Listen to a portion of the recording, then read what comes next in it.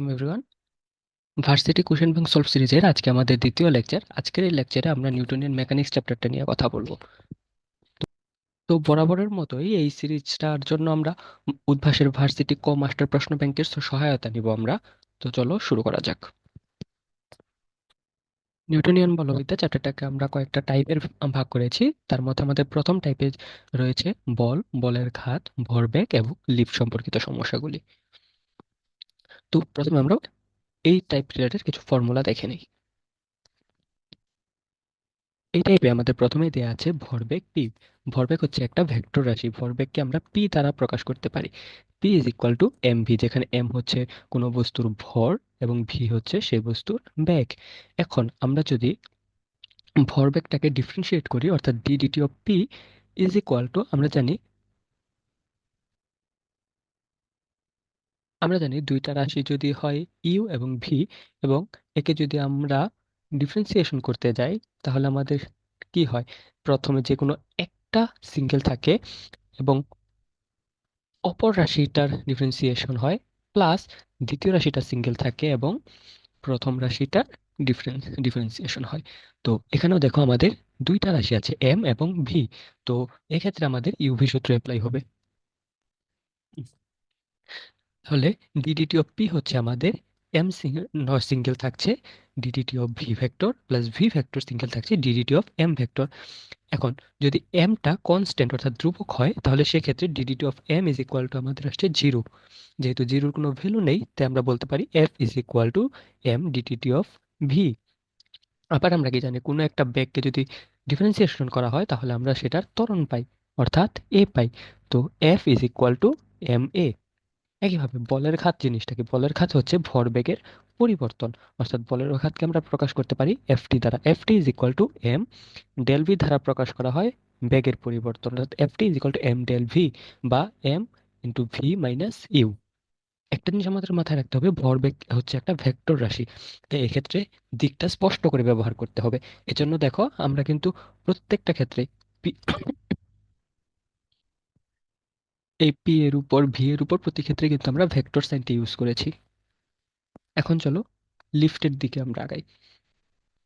যদি একটা লিফট এ ত্বরণে উপরের দিকে উঠে, তবে আমাদের ঊর্ধ্বমুখী বলটা হবে F is equal to M into G plus এ।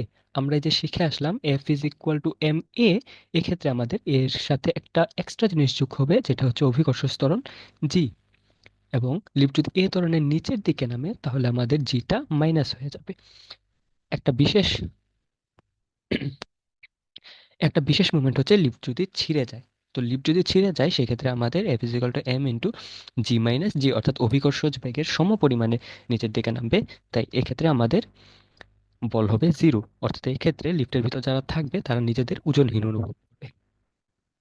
তো চলো এখন আমরা এই রিলেটেড কিছু প্রবলেম সলভ করে নেই। এম এবং টু এম ভরের দুইটা আয়তাকার বাক্স যদি একটা ঘর্ষণহীন আনুভূমিক পৃষ্ঠে একটা দড়ি দ্বারা সংযুক্ত থাকে, এবং এফ মাত্রার একটা সম্মুখ বল দ্বারা যদি ভারী বক্সটি ডান দিকে টানা হয়, ফলে হালকা বক্সটি দড়ি দ্বারা একটা টান অনুভব করবে। আমাদের সেই দড়ির টানটা বের করতে হবে, তাই তো? তো এই ম্যাথটা আমরা কিভাবে করব? এই ম্যাথটা দুইভাবে করা যায়। আমরা চেষ্টা করব ছোট অর্থাৎ শর্টকাট টেকনিকটা ইউজ করার জন্য। আসলে এটা শর্টকাট না, এটাও বেসিক, কিন্তু এর মাধ্যমে আমরা ছোটভাবে করতে পারি, আমাদের টাইম কম লাগে, তো আমরা এইভাবেই করব। এখানে দুইটা বক্স দেয়া আছে, দুইটা বক্স একটা সুতা দ্বারা যুক্ত আছে, এবং একটার ভর হচ্ছে এম এবং অপরটি হচ্ছে টু এম। এবং ভারী বক্সটি অর্থাৎ টু এম কে একটা এফ বল দ্বারা টানা হচ্ছে। আমাদের বের করতে হবে এর ফলে এম এর যে টান বলটা অনুভূত হচ্ছে, অর্থাৎ টি, টি এর মান কত। তো এই ম্যাথটা আমরা কিভাবে করতে পারি দেখো। আমরা যদি একটু কমন সেন্স খাটাই, তাহলে আমরা বুঝতে পারবো কি, এক্ষেত্রে আমরা যদি এফ বল দ্বারা টান দেই বস্তুটিকে, তাহলে এই টু এম এর টানটা এম এর ক্ষেত্রে প্রযোজ্য হবে এবং তারা একইভাবে একই ত্বরণে সামনের দিকে অগ্রসর হবে। তাহলে এক্ষেত্রে আমরা সূত্র কি জানি, F is equal to M A, যেখানে এখন যদি আমরা এখান থেকে ত্বরণ বের করি, তাহলে ত্বরণ A is equal to F by M. কিন্তু এখানে আসলে এমটা কি? এমটা বলতে একটা বস্তু সম্পূর্ণ ভরটাকে বোঝায়, তাহলে আমাদের এখানে সম্পূর্ণ ভরটা হচ্ছে F by M plus 2m, which is basically f/3m। এটা হচ্ছে আমাদের ত্বরণ। এখন দেখো, আমরা যদি এখানে টান বল টি ইউজ করি, তাহলে দেখো এক্ষেত্রে আমাদের যে টান বল টিটা আছে এটা কিন্তু এই এম বলের ক্ষেত্রে, এম বস্তুটির ক্ষেত্রে কিন্তু আমাদের বল হিসেবে কাজ করছে। তাহলে আমরা টান T is equal to M A use করতে পারি, যেখানে এই ছোট বস্তুর এম এবং বড় বস্তুর এম দুইটা কিন্তু আসলে সেম, দুইটা একই দিকে ত্বরণ হবে এবং একই সমতল একইভাবে সমতরণ ঘটবে, যেটা আমরা একটু আগেই দেখে আসছি। তাহলে আমরা এখানে লিখতে পারি কি, এম নর্মাল ভাবে থাকলো, এর পরিবর্তে আমরা লিখতে পারি f/3m। এখন দেখো, আমরা যদি কেটে দিই তাহলে আমাদের কাছে কি থাকছে, f/3, অর্থাৎ টি ইজ ইকুয়াল টু f/3, যেটা আছে আমাদের সিতে, এবং এটাই হচ্ছে আমাদের অ্যান্সার। দেখো আমাদের কি বলা আছে, নিউটনের গতির দ্বিতীয় সূত্র F is equal to M A, ভরবেগে চলমান কোনো বস্তুর ভর শূন্য না হলেও বল শূন্য হয়। এটা আমরা কিভাবে করতে পারি? এটা করার জন্য আসলে আমাদের কোনো ম্যাথ করার প্রয়োজন নেই। একটু ভালোভাবে যদি আমরা খেয়াল করি তাহলে দেখো, নিউটনের গতির দ্বিতীয় সূত্রটা কি দেওয়া আছে, F is equal to M A, যেখানে বস্তুটা ভি বেগে চলমান থাকবে। এখন বস্তুর ভর যদি শূন্য না হয় তাহলে কিভাবে বল শূন্য হতে পারে? কোনো একটা বস্তুর যদি আমরা বল বের করতে যাই তাহলে দেখো আমাদের কি কি লাগে। এক তো বস্তুটার বল লাগে, দ্বিতীয়ত বস্তুটার একটা ত্বরণ লাগে। এখন যেহেতু বেগ শূন্য হওয়া সম্ভব, বল শূন্য হওয়া যেহেতু বস্তুটার ভর শূন্য হতে পারে না, তাহলে অবশ্যই আমাদের বস্তুটার ত্বরণ শূন্য হতে হবে, তাহলেই আমরা বল শূন্য পাবো, তাই তো? কিন্তু এখানে দেখো, আমরা কি করলে ত্বরণ শূন্য পাই? একটু আগে আমরা কি দেখে আসছি, কোনো একটা বস্তুর বেগ ভি কে যদি আমরা ডিফারেন্সিয়েশন করি তাহলে আমরা পাই ত্বরণ। এখন কখন আমরা কোনো একটা বস্তু বেগকে যদি ডিফারেন্সিয়েশন করি তখন ত্বরণ শূন্য পাবো?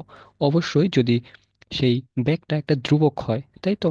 যদি কনস্ট্যান্ট হয় তাহলে আমরা সবসময় ডিফারেন্সিয়েশনের ভ্যালু জিরো পাই। তাহলে এখানে এক্ষেত্রে আমাদের যদি বেগ ভিটা যদি ধ্রুবক হয় তাহলে আমরা এ জিরো পাবো। অর্থাৎ ত্বরণ যদি জিরো হয় তাহলে এফ ইজ ইকুয়াল টু ভর into zero, which is zero. তাহলে আমাদের অ্যান্সার হচ্ছে এ। 3 নম্বর প্রশ্নে দেখো কি বলা আছে, নিচের কোন দুটি ভৌত রাশির মাত্রা একই হবে? আচ্ছা, 3 নম্বর প্রশ্নে আমাদের সঠিক অ্যান্সার নেই, সঠিক অ্যান্সারটা হবে ভরবেগ এবং ঘাত বল না, ভরবেগ এবং বলের ঘাত হবে আমাদের সঠিক উত্তর।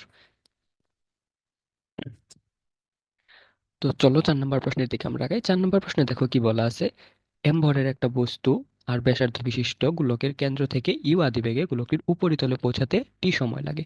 গোলকের পৃষ্ঠে পৌঁছাতে বস্তুটির উপর কি পরিমাণ বল প্রয়োগ করা হয়েছে? তো এই ম্যাথটা আমরা কিভাবে করতে পারি দেখো,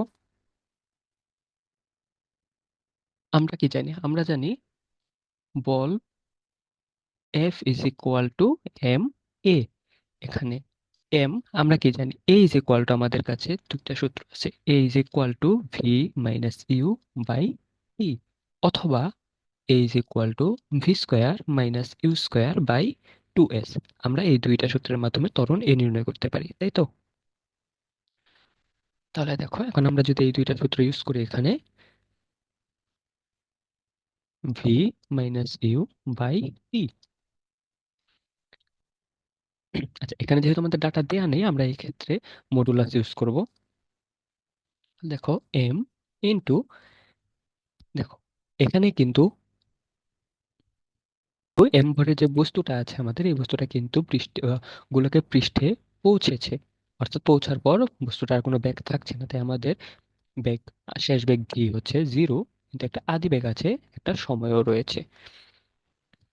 তাহলে এম ইন্টু, যেহেতু মডুলাস আছে তাই আমাদের মাইনাসটা রাখার প্রয়োজন নেই, সেটা হবে ইউ বাই টি। আচ্ছা সরি, এখানে ক্যাপিটাল এম হবে। তাহলে আমাদের অ্যান্সার হচ্ছে ক্যাপিটাল এম ইউ বাই টি, যেটা আছে আমাদের এ নাম্বারে। কিন্তু এখানে দেখো, আমরা কিন্তু এই ইকুয়াল টু আমাদের যে দ্বিতীয় একটা সূত্র আছে, এই সূত্রের মাধ্যমে আমরা ম্যাথটা সলভ করতে পারি। দ্বিতীয় মাধ্যমে যদি আমরা সলভ করি তাহলে দেখো M into V square minus U square by two S. S বলতে আসলে কি? এস বলতে এখানে বোঝা হয় সরণ। যেহেতু এখানে আমাদের ব্যাসার্ধ দেওয়া আছে আর, অর্থাৎ আর পরিমাণ আমাদের সরণ হয়েছে, তাহলে আমরা এখানে এস এর পরিবর্তে আর বসাবো।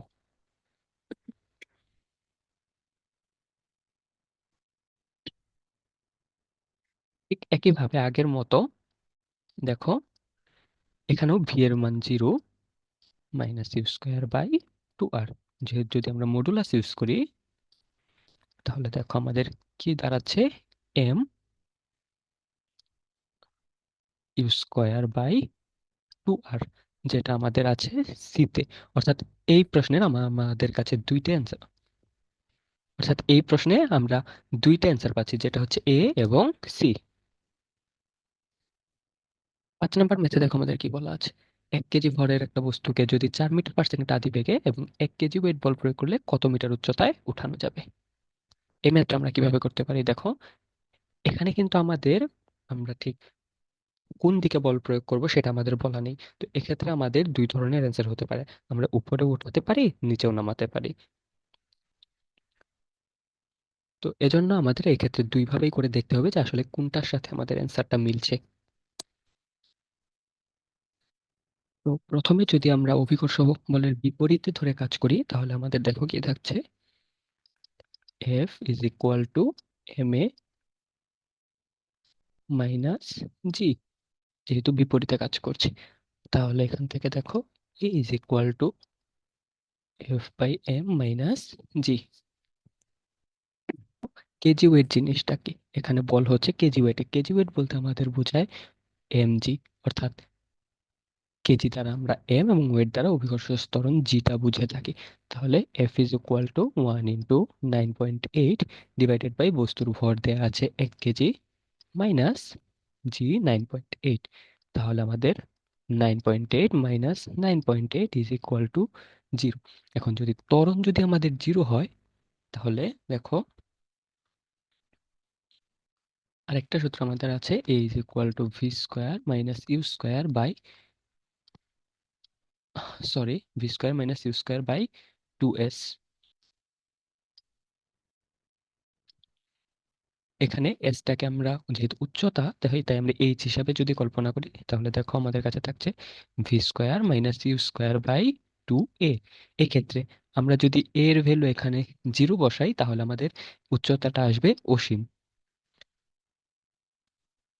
এখন আমরা যদি দ্বিতীয় করতে হবে, তাই আমাদের আগে একটা মাইনাস বসবে, অর্থাৎ F is equal to minus M A plus G. আচ্ছা সরি, আমরা এখানে একটু ভুল করে ফেলছি, এটা এখানে প্লাস হবে। তো এখন যদি আমরা আবার এ বের করি, তাহলে আমাদের দেখো কি থাকছে, F is equal, A is equal to minus F by M plus, sorry, minus G. তাহলে আমাদের কাছে থাকছে মাইনাস 1 × 9.8 ডিভাইডেড বাই 9.8 মাইনাস 9.8।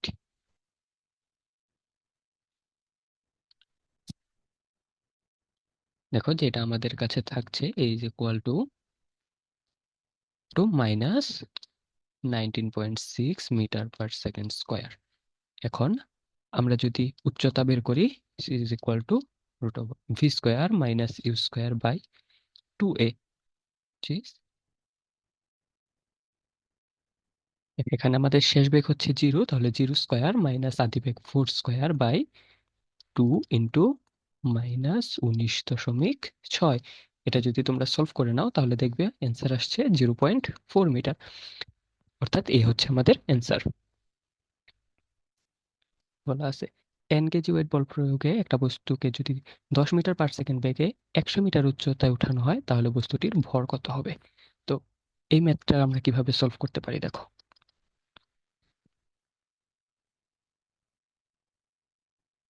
এখানে যেহেতু বস্তুটাকে 10 মিটার/সেকেন্ড বেগে সমবেগে 100 মিটার উচ্চতায় উঠানো হচ্ছে, তাহলে এখানে কিন্তু বস্তুটির কোনো কার্যকর ত্বরণ থাকছে না।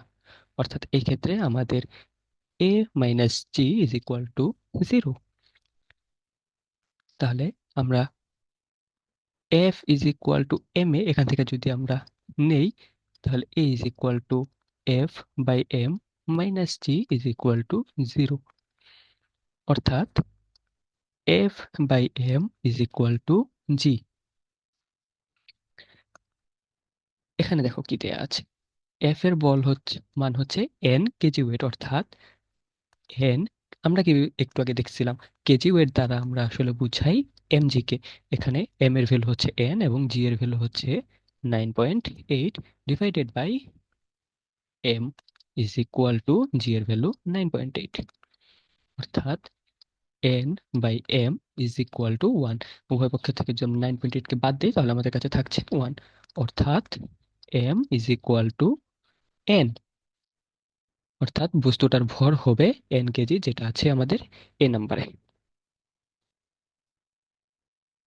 তো দেখো কি বলা আছে আমাদের, একটা স্থির বস্তুর উপর যদি 10 নিউটন বল প্রয়োগ করা হয়, অর্থাৎ এফ হচ্ছে 10, 10 নিউটন বল 10 সেকেন্ড ধরে ক্রিয়া করে, অর্থাৎ টি ক্রিয়া করে বন্ধ হয়ে যায়, অর্থাৎ এই ক্ষেত্রে ভি ইজ ইকুয়াল টু 0। শুরু থেকে বস্তুটি 60 সেকেন্ডে, আচ্ছা তাহলে এটা আমরা ধরে নিই T1 এবং এটা ধরে নিলাম T2, 1100 মিটার দূরত্ব অতিক্রম করে, তাহলে এটা হচ্ছে এস। তাহলে বস্তুটির ভর কত কেজি, এটা আমাদের বের করতে হবে। তো দেখো এটা আমরা কিভাবে সলভ করতে পারি। প্রথমে যেহেতু এখানে বল এফ দেয়া আছে, চলো আমরা F is equal to M এর সূত্রটা দিয়ে দিলাম। তো F is equal to M এর সূত্র থেকে আমাদের বল দেয়া আছে 10 নিউটন, বস্তুটার ভর আমাদের বের করতে হবে, এও বের করতে হবে। তাহলে এখান থেকে আমরা যদি ত্বরণ বের করি তাহলে আমাদের কাছে ত্বরণ দেখো কি আসছে, ত্বরণ ইজ ইকুয়াল টু 10/m। এরপর এখানে T1 কত দেয়া আছে, T1 দেয়া আছে 10 সেকেন্ড এবং T2 দেয়া আছে সম্পূর্ণ, অর্থাৎ টিটা দেয়া আছে 60 সেকেন্ড, তাই তো? তাহলে আমাদের T2 কত হবে, T2 হবে আমাদের 60 - 10 ইজ ইকুয়াল টু 50 সেকেন্ড, তাই তো? তাহলে এখন এখান থেকে আমরা যদি বেগ ভিটা বের করে নিই, আমরা জানি কি বেগ আমরা জানি কি বেগ V is equal to U plus এটি, এক্ষেত্রে আমরা T1 ধরে নিচ্ছি, যেহেতু আমরা প্রথম অংশটুকুর বেগ বের করছি। আচ্ছা সরি, এখানে বেগটা 0 হবে না, আমরা এখানে একটা বেগ থাকবে আর কি, ত্বরণটা থাকবে না আর। তো এক্ষেত্রে আমরা দেখো যেহেতু বস্তুটা স্থির অবস্থায় ছিল তাহলে ইউ ইজ ইকুয়াল টু 0, এখানে 0। এর মান আমরা কত পাচ্ছি, এর মান হচ্ছে 10/m ইন্টু T1 আমাদের কত দেয়া আছে, T1 আমাদের দেয়া আছে 10 সেকেন্ড, তাহলে 10 সেকেন্ড, অর্থাৎ আমাদের ভি দেখো তাহলে কত হচ্ছে 100/m।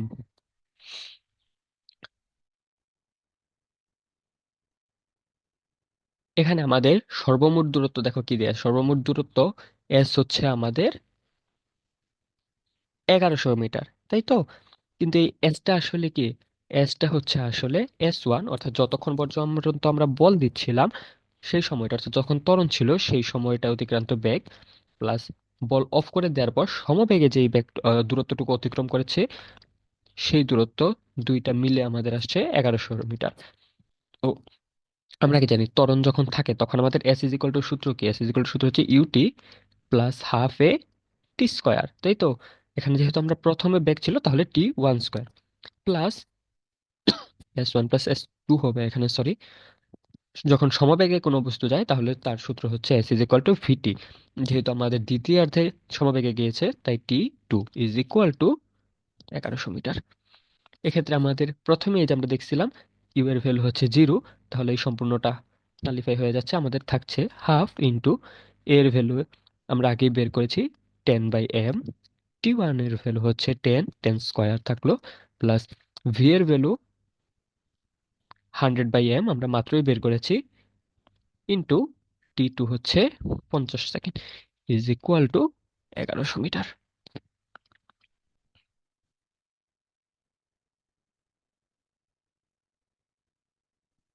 তাহলে এখন দেখো যদি এটা আমরা সলভ করতে যাই তাহলে দেখো 500/m plus 5000/m is equal to 1100।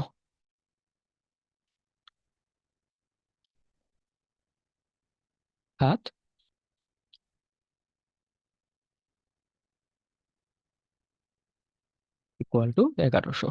তাহলে এম ইজ ইকুয়াল টু আমরা পাচ্ছি 5 কেজি, এবং এটাই হচ্ছে আমাদের অ্যান্সার যেটা আছে ডিতে। 8 নম্বর প্রশ্নটায় দেখো কি বলা আছে। 5 কেজি ভরের একটা বস্তুকে খাড়া উপরে ছুঁড়ে মারা হলো। 20 মিটার উচ্চতায় উহার গতিশক্তি 20 জুল হলে ছোড়ার মুহূর্তে উহার ভরবেগ কত ছিল? ভরবেগ অর্থাৎ পি কত ছিল, তাই তো? তো এই ম্যাথটা দেখো আমরা কিভাবে করতে পারি। তো আমরা কি জানি কোন একটা বস্তুর গতিশক্তি E K is equal to half M V square, তাই তো? এখানে আমাদের ইকে কত দেয়া আছে? আমাদের ইকে অর্থাৎ গতিশক্তি দেয়া আছে 20 জুল, অর্থাৎ 20 is equal to half into M এর ভ্যালু হচ্ছে 5 ইন্টু ভি স্কোয়ার। তাহলে আমাদের V square is equal to আমরা পাচ্ছি 8। আবার আমরা কি জানি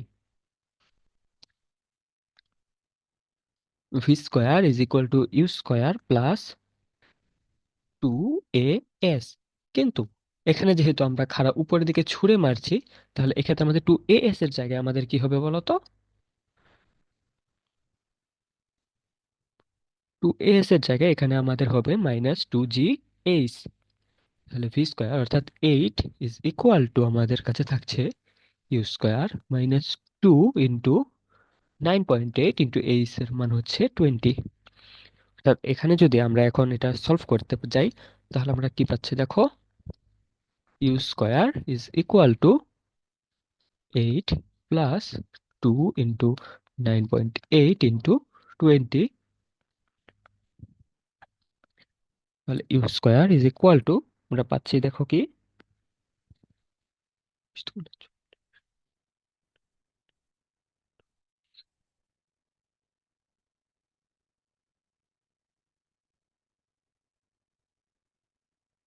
you square is equal to 400, অর্থাৎ U is equal to 20 metre per second.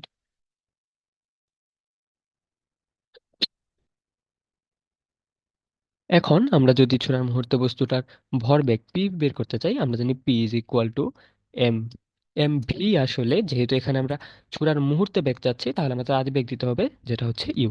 তাহলে এম এর ভ্যালু 5, ইউ এর ভ্যালু হচ্ছে 20, অর্থাৎ আমাদের ভরবেগ হচ্ছে 100 কেজি মিটার পার সেকেন্ড। এটাই হচ্ছে আমাদের অ্যান্সার যেটা আছে আমাদের সি নাম্বারে। 9 নম্বর প্রশ্নের দিকে যদি আমরা এখন তাকাই, 9 নম্বর প্রশ্ন দেখো কি দেয়া আছে। 0.5 কেজি ভরের একটা কণা এক্স অক্ষ বরাবর এক্স ইজ ইকুয়াল টু একটা সমীকরণ দেওয়া আছে। এই সমীকরণ অনুযায়ী চলছে, যেখানে এক্স এর একক মিটার, টি এর একক second, T is equal to 2 সেকেন্ডে কণার উপর লব্ধি বল কত হবে?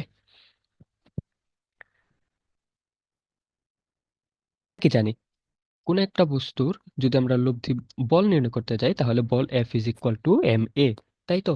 কিন্তু এখানে এই উদ্দীপকটাতে কিন্তু আমাদের এর ভ্যালু দেয়া নাই, কিন্তু এখানে কি দেয়া আছে দেখো, এখানে এক্স দেয়া আছে। আমরা কি জানি কোনো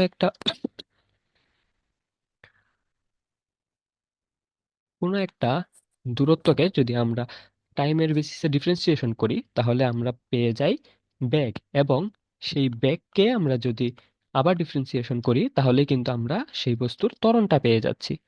তাহলে এক্ষেত্রে আমরা ঠিক সেই কাজটাই করব। দেখো এখন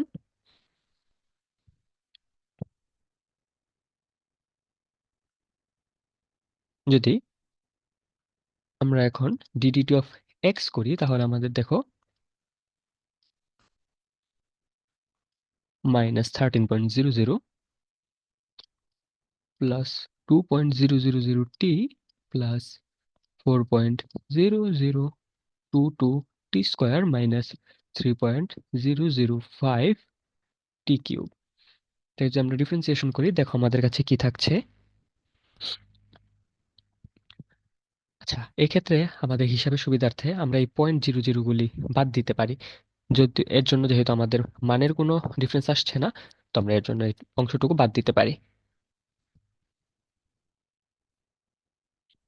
আমাদের কাছে দেখো ডিফারেন্সিয়েশন করলে কি থাকছে, 2 প্লাস 8t মাইনাস 9 টি স্কোয়ার, তাই তো? এখন এটা হচ্ছে আমাদের ভি এর মান। এখন এই ভি কে যদি আমরা আবার ডিফারেন্সিয়েশন করি,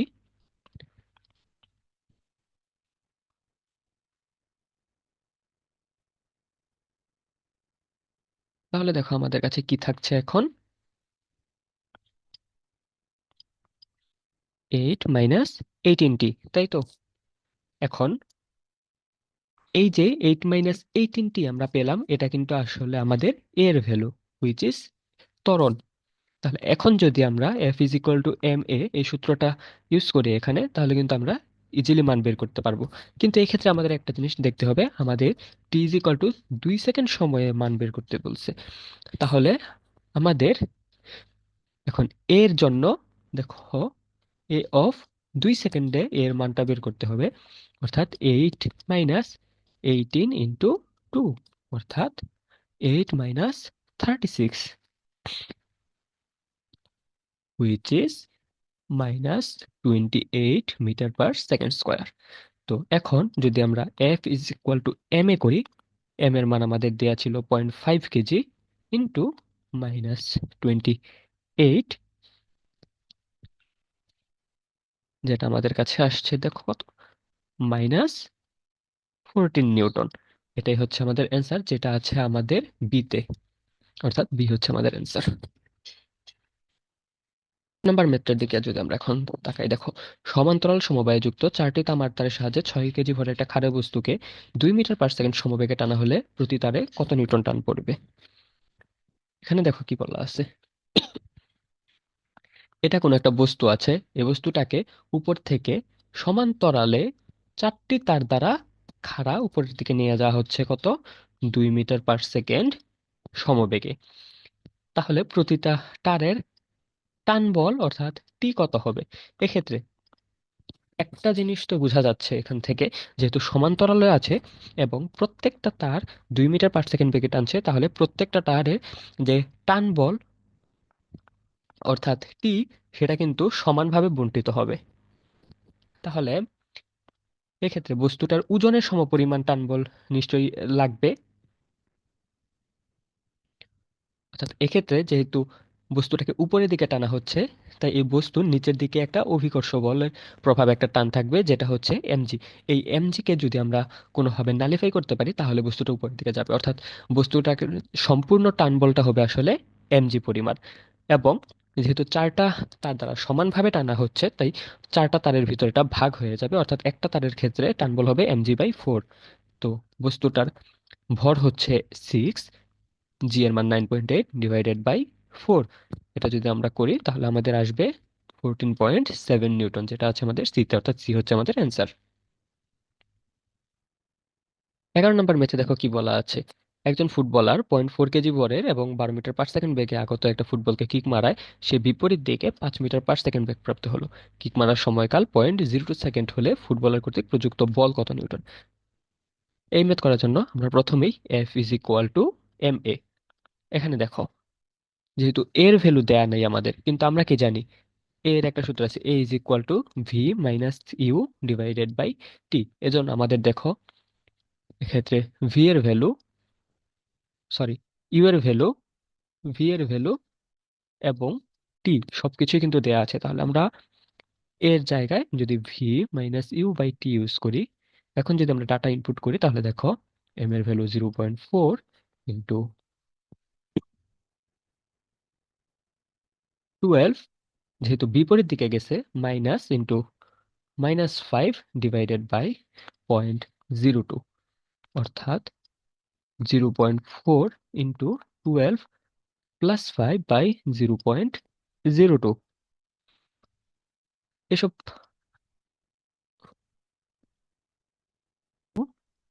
17/2 ইন্টু 100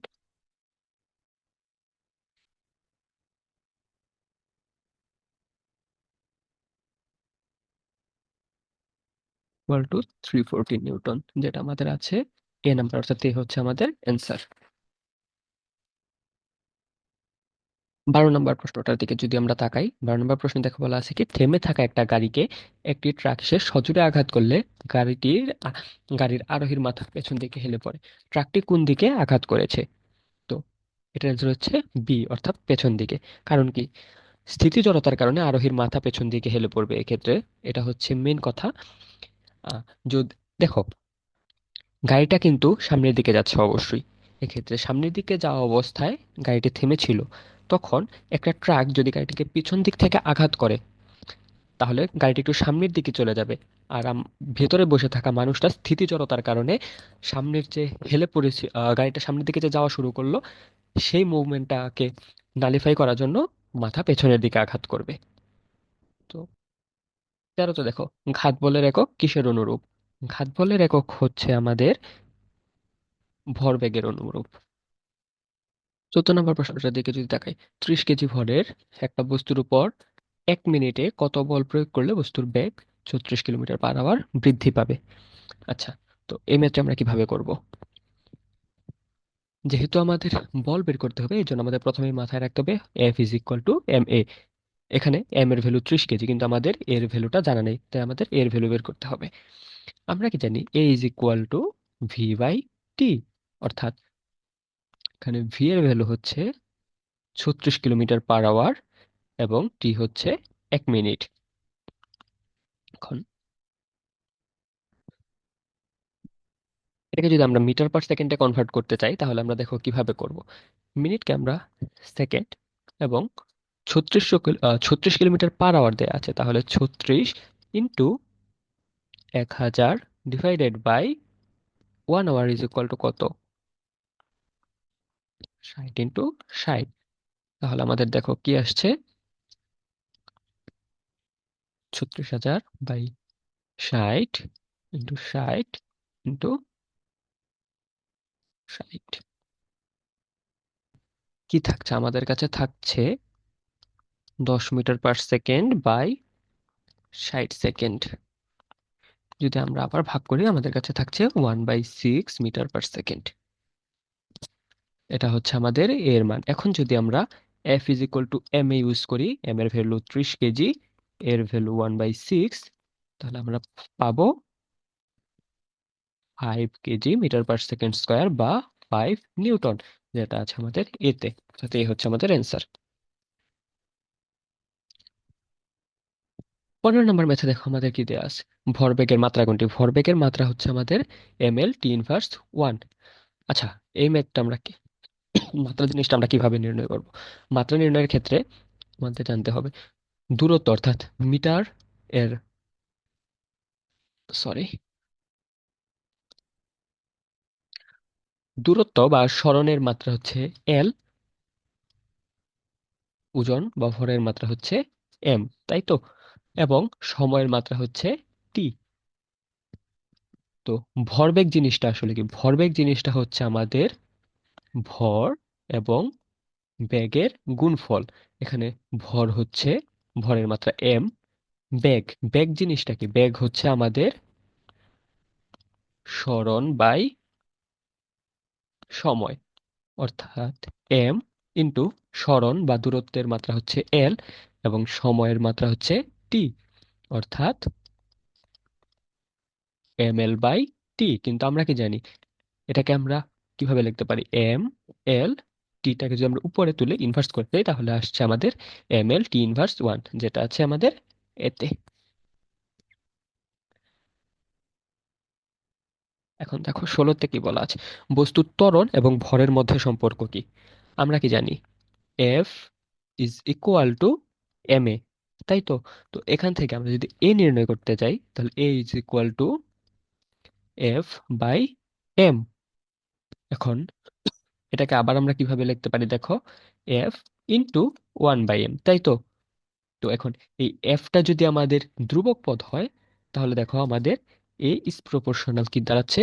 1/m, যেটা আছে আমাদের এতে। অর্থাৎ এ হচ্ছে আমাদের অ্যান্সার।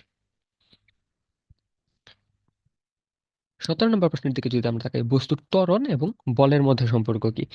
বস্তুর ত্বরণ এবং বলের মধ্যে সম্পর্ক হচ্ছে সি, অর্থাৎ এ ইজ প্রপোর্শনাল 1/f। এটাও এখান থেকে বের করে নেওয়া যায়। দেখো F is equal to M A, যে এখন এখানে আমাদের ত্বরণ এ এবং বল এফ এর মধ্যে সম্পর্ক চাইছে, অর্থাৎ আমরা ধরে নিব এমটা হচ্ছে আমাদের কনস্ট্যান্ট বা ধ্রুবক। তো যদি এমটা সরে যায়, আমাদের থাকছে এফ ইজ প্রপোর্শনাল এ।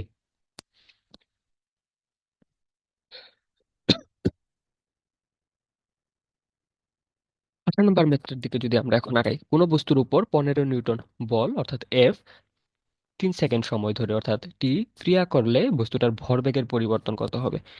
ভরবেগের পরিবর্তন অর্থাৎ del P is equal to F del T. এখানে এফ এর মান হচ্ছে 15 সেকেন্ড এবং ডেল টি অর্থাৎ টি এর মান হচ্ছে 3 সেকেন্ড, অর্থাৎ অ্যান্সার আসবে আমাদের 45, যেটা আছে আমাদের সিতে। দেখো 19-এ কি দেয়া আছে, যেখানে G is equal to 10 metre per second square, সেখানে একটা নির্দিষ্ট বস্তুর ওজন 22 newton. G is equal to 5 metre per second হলে ওই বস্তুর ওজন এবং ভর কত হবে? তো এই ম্যাথ করার জন্য প্রথমে আমরা বস্তুর আদর্শ ভরটা বের করে নিই। বস্তুর ভর W is equal to M G. তো এখান থেকে এম এর মান যদি আমরা বের করতে যাই, আমরা পাবো ডাব্লিউ বাই জি। ডাব্লিউ তে আছে 22 নিউটন, জি এর value 10 metre per second square, অর্থাৎ বস্তুর ভর হচ্ছে 2.2। এটা হচ্ছে আমাদের বস্তুটার আদর্শ ভর।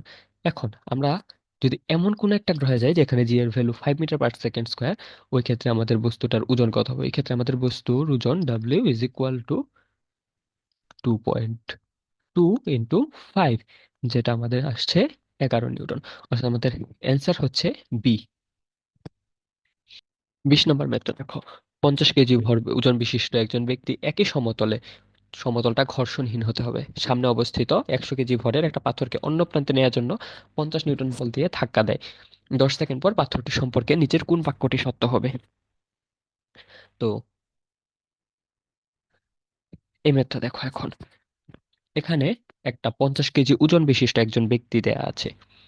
সেই ব্যক্তিটি 100 কেজি ভরের একটা পাথরকে অন্য প্রান্তে নেওয়ার জন্য 50 নিউটন বল দ্বারা ধাক্কা দিয়েছে। 10 সেকেন্ড পরে পাথরটি সম্পর্কে আমাদের বক্তব্য বের করতে হবে। তো 10 সেকেন্ড পরে আমরা যদি বস্তুটার বেগ নির্ণয় করি, তাহলে দেখো আমাদের প্রথমে বেগের সূত্র কি, V is equal to U plus এটি। এক্ষেত্রে যেহেতু প্রথমে বস্তুটার বেগ 0 ছিল, তাই U is equal to 0 plus আমাদের এর ভ্যালু বের করতে হবে ইন্টু টি এর ভ্যালু হচ্ছে আমাদের 10 সেকেন্ড, তাই তো?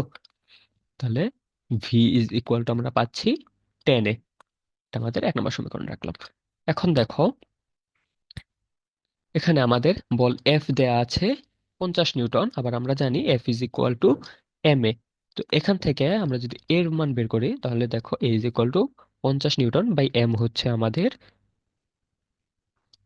100 কেজি, যেটা আমরা পাচ্ছি হাফ বা 0.5 মিটার পার সেকেন্ড স্কোয়ার। তো এখন এই এর ভ্যালু যদি আমরা 1 নম্বর সমীকরণে বসাই, তাহলে দেখো V is equal to 10 into half, which is 5 metre per second, অর্থাৎ আমাদের এ হচ্ছে অ্যান্সার। 21-এ দেখো, সবল নিউক্লিয় বলের পাল্লা কত? সবল নিউক্লিয় বলের পাল্লা হচ্ছে 10 ইনভার্স 15 মিটার। 22 নম্বর প্রশ্নের দিকে যদি আমরা দেখি, 5 কেজি ভরের একটা বস্তু 1.2 মিটার পার সেকেন্ড বেগে একটা দেয়ালে লম্বভাবে ধাক্কা খেয়ে 0.8 মিটার পার সেকেন্ড বেগে বিপরীত দিকে ফিরে আসলে বলের ঘাত কত?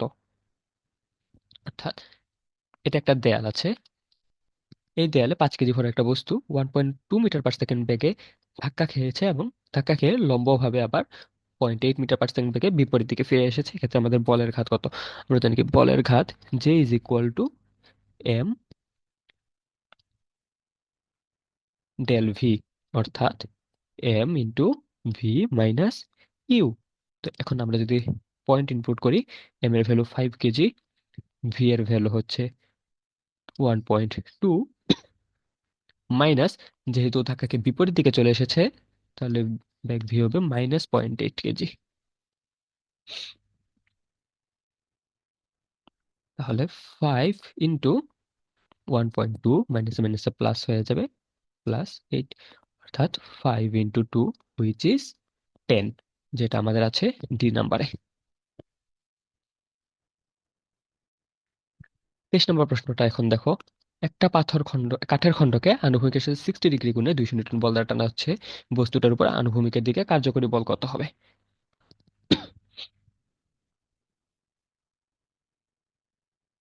ধরো কোনো একটা বস্তুকে আনুভূমিকের সাথে 60 ডিগ্রি কোণ করে 200 নিউটন বল দ্বারা টানা হচ্ছে, তাহলে বস্তুটির আনুভূমিকের দিকে কার্যকরী একক কত হবে? অর্থাৎ এক্স বরাবর আমাদের কার্যকরী বল কত হবে? আনুভূমিকের দিকে কার্যকরী বল বের করার জন্য আমরা কি জানি, আনুভূমিক বরাবর বলের যে উপাংশটা আছে সেই বরাবর আমাদের বের করতে হবে। যদি আনুভূমিক বরাবর উপাংশ বের করতে যাই তাহলে আমাদের হবে কস থিটা, এবং লম্ব বরাবর করলে আমাদের বের করতে হবে সাইন থিটা। যেহেতু এখানে আনুভূমিক বরাবর চেয়েছে তাই আমাদের অ্যান্সার আসবে F cos theta which is 200 into cos 60 degree. আমরা জানি কস 60 ডিগ্রির ভ্যালু হচ্ছে হাফ, তাহলে আমাদের অ্যান্সার আসছে 100 নিউটন, যেটা আছে আমাদের এ নাম্বারে। তো 20 নম্বর ম্যাথটা দেখো, 1 নিউটন বল 2 কেজি ভরের উপর প্রয়োগ করা হলো, আবার 2 নিউটন বল 4 কেজি ভরের উপর প্রয়োগ করা হলো, প্রথম ও দ্বিতীয় ক্ষেত্রে ত্বরণের অনুপাত কত হবে? তো আমরা কি জানি F is equal to M A, তাই তো? তাহলে এখানে এফ প্রথম এই 1 নিউটন বলের ক্ষেত্রে দেখো এফ এর মান 1 নিউটন, বল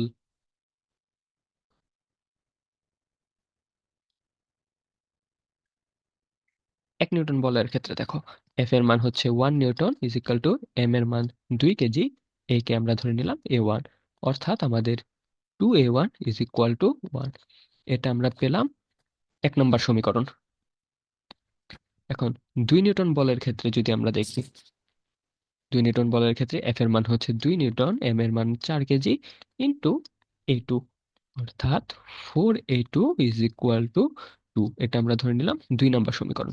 এখন আমরা যদি প্রথম এবং দ্বিতীয় সমীকরণের তুলনা করি, আমরা দেখো পাচ্ছি কি 1/2 is equal two 2A1 by 4A2, অর্থাৎ half is equal to half of A1 by A2 is equal to A1 by A2 is equal to 2/2 which is 1, অর্থাৎ আমাদের অ্যান্সার হচ্ছে এ নাম্বারটা। 15 মিটার পার সেকেন্ড বেগে চলমান 160 গ্রাম ভরের একটা বলকে তুমি ব্যাট দিয়ে আঘাত করলে, বলটি 25 মিটার পার সেকেন্ড বেগে ফিরে গেল, ব্যাট বলের স্থায়িত্বকাল 10 মিলি সেকেন্ড হলে তুমি করে কত নিউটন বল দিয়ে আঘাত করেছো? তো যেহেতু বল নির্ণয় করতে বলেছে আমাদের, তাহলে আমাদের প্রথমে যে সূত্রটা মাথায় আসবে সেটা হচ্ছে F physical two M A. এখানে এম এর মান আমরা জানি, কিন্তু এর মানটা আমাদের জানা নেই, তো এর জন্য আমরা কোন সূত্র ইউজ করতে পারি? ভি মাইনাস ইউ বাই টি। এখন এম এর ভ্যালু দেওয়া আছে আমাদের 160 গ্রাম, কিন্তু আমাদের তো কেজিতে হিসাব করতে হবে, তাই আমরা 1000 দিয়ে ভাগ করে দিলাম। এখন ভি এর ভ্যালু হচ্ছে আমাদের 15 মিটার পার সেকেন্ড, মাইনাস যেহেতু 25 মিটার পার সেকেন্ড বেগে বিপরীত দিকে ফিরে গেছে তাহলে আবার মাইনাস হবে, মাইনাসে মাইনাসে প্লাস আমি একবারে লিখে দিলাম, 15 + 25 বাই টি এর ভ্যালু হচ্ছে 10 মিলি সেকেন্ড, তাহলে 10 × 10⁻³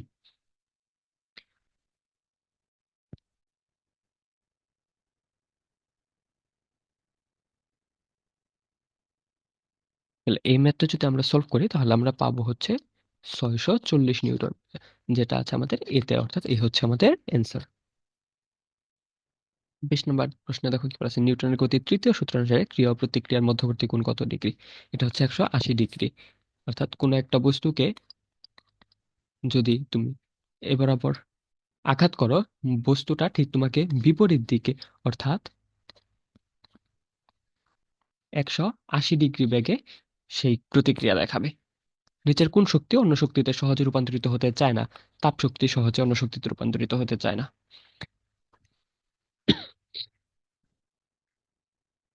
28 নম্বরে দেখো, 10 কেজি ভরের একটা বস্তুর উপর 2F মানের বল প্রয়োগ করার ফলে বস্তুটির ত্বরণ হয় 60 মিটার/সেকেন্ড স্কয়ার। এম ভরের একটা বস্তুর উপর 5F মানের বল প্রয়োগ করার ফলে যদি বস্তুটির ত্বরণ 50 মিটার/সেকেন্ড স্কয়ার হয় তবে ভর এম কত হবে? তো এক্ষেত্রে আমরা প্রথমেই কি জানি? আমরা জানি F is equal to M A, তাই তো? তাহলে এজন্য এখন আমরা যদি এফ এর ভ্যালু ধরি 2F, তাহলে 2F is equal to M এর ভ্যালু 10 কেজি এবং এর ভ্যালু হচ্ছে 60 মিটার/সেকেন্ড স্কয়ার, অর্থাৎ 2F ইজ ইকুয়াল টু 600। এটা আমাদের 1 নম্বর সমীকরণ রাখলাম আমরা। দ্বিতীয় ক্ষেত্রে দেখো আমাদের কি বলা আছে, যদি বস্তুর উপর 5F মানের বল প্রয়োগ করা হয়, অর্থাৎ 5F is equal to M into 50 metre per second square দেওয়া আছে, তাহলে ইন্টু 50, অর্থাৎ 5F is equal two 50M। এটা আমরা ধরে নিলাম 2 নম্বর সমীকরণ। এখন আমরা যদি 1 নম্বর সমীকরণ দ্বারা 2 নম্বর সমীকরণকে ভাগ করে দেই,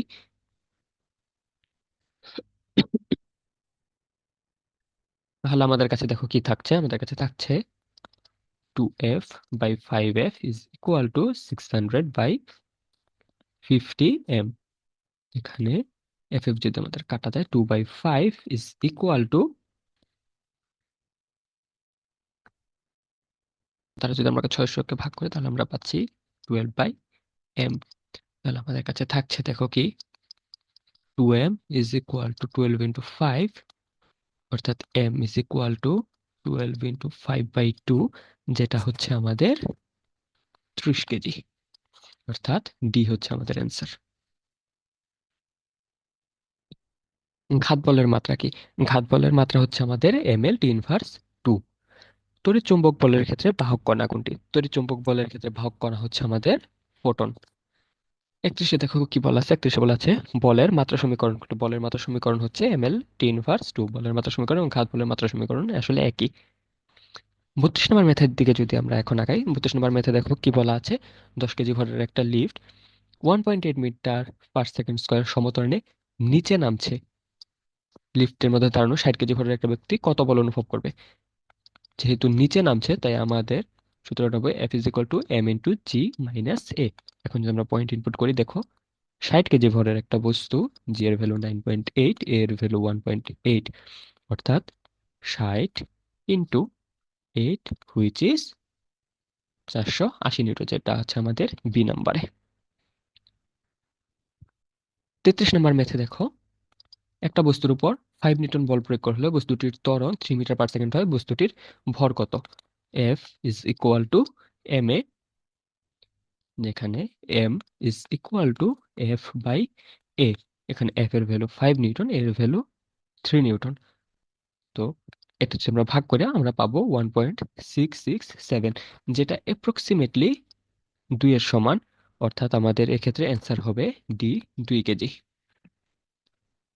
34 নম্বর ম্যাথে দেখো কি বলা আছে, 30 কেজি ভরের একটা স্থির বস্তুর বেগ 2 মিনিটে বৃদ্ধি করে 36 কিলোমিটার/আওয়ার উন্নীত করার জন্য বস্তুটির উপর কত বল প্রয়োগ করতে হবে?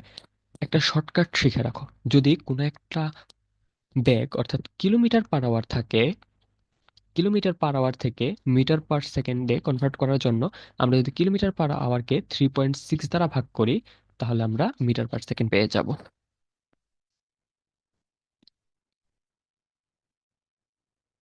তাহলে এখন চলো 34 নম্বর ম্যাথটা করি আমরা। 34 নম্বর ম্যাথে আমাদের যেহেতু ক্ষেত্রে প্রথমে আমাদের F is equal to M A. তো এখানে যেহেতু এম এর ভ্যালু আমরা জানি, তাহলে এম এম এর মতো থাকবে, এর ভ্যালুর পরিবর্তে আমরা দিব ভি মাইনাস ইউ বাই টি। তো এখন এম এর ভ্যালু 30 কেজি ইন্টু ভি দেখো কত, ভি হচ্ছে আমাদের 36 কিলোমিটার/আওয়ার। যেহেতু হয়েছে 36-কে আমরা যদি 3.6 দ্বারা ভাগ করি আমরা পাচ্ছি 10। তাহলে ভি এর ভ্যালু আমাদের 10 মিটার/সেকেন্ড। যেহেতু বস্তুটা স্থির ছিল তাই ইউ এর ভ্যালু 0 এবং টি হচ্ছে 2 মিনিট, অর্থাৎ 2 ইন্টু 60। তাহলে এখন আমরা যদি এটা সলভ করি তাহলে আমাদের দেখো কি পাচ্ছি, 30 × 100/2 × 60,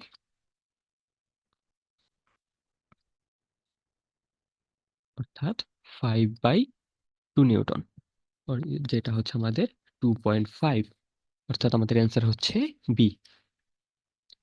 35 নম্বর ম্যাথটা দেখো, কোনো বস্তুর উপর 5 নিউটন বল 10 সেকেন্ড ক্রিয়া করে ভরবেগের পরিবর্তন কত হবে? ভরবেগের পরিবর্তন J is equal to F T is equal to 5 × 10, যেটা হচ্ছে আমাদের 50 কেজি মিটার/সেকেন্ড। ভরবেগের একক কি? ভরবেগের একক হচ্ছে কেজি মিটার/সেকেন্ড, যেটা আছে আমাদের বিতে।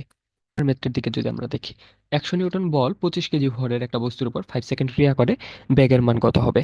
বেগের মান নির্ণয়ের জন্য আমরা দেখো কি করতে পারি। ক্ষেত্রে F is equal to M এ।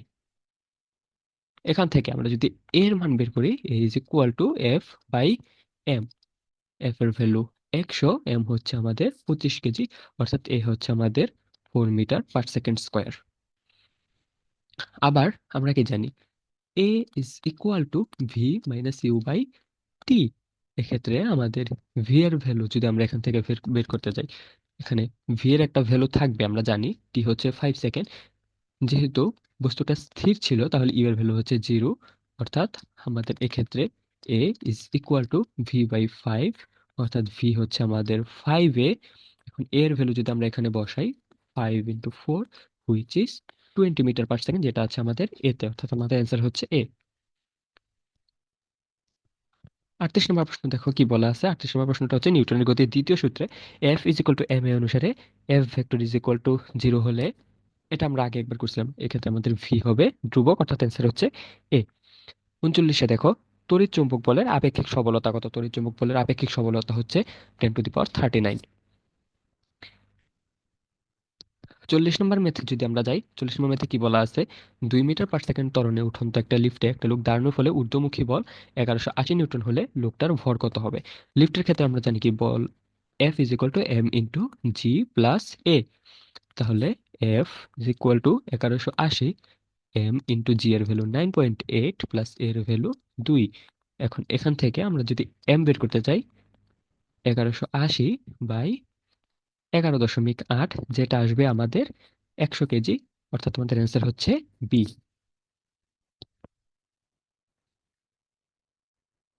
41 নম্বর ম্যাথে দেখো কি বলা আছে।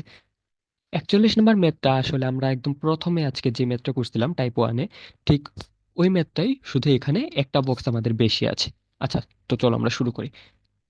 এখানে দেখো সমান ভর বিশিষ্ট তিনটা খণ্ড এবিসি দড়ির দ্বারা চিত্রে প্রদর্শিত রূপে সংযুক্ত আছে। খণ্ড সি এফ বল দ্বারা টানা হলে সম্পূর্ণ ব্যবস্থাটা ত্বরিত হয়। ঘর্ষণ উপেক্ষা করে খণ্ড বি এর উপর মোট বল কত হবে। আমাদের বি খণ্ডটার উপর মান নির্ণয় করতে হবে। এক্ষেত্রে দেখো আমাদের কার্যকর ত্বরণ কত হবে। কার্যকর ত্বরণ এ হবে আমাদের, একটা বল থাকবে এফ, কিন্তু এখানে M1, M2, M3। আচ্ছা, অনেকে বুঝতে না পারতো কিভাবে আসলো F is equal to M A.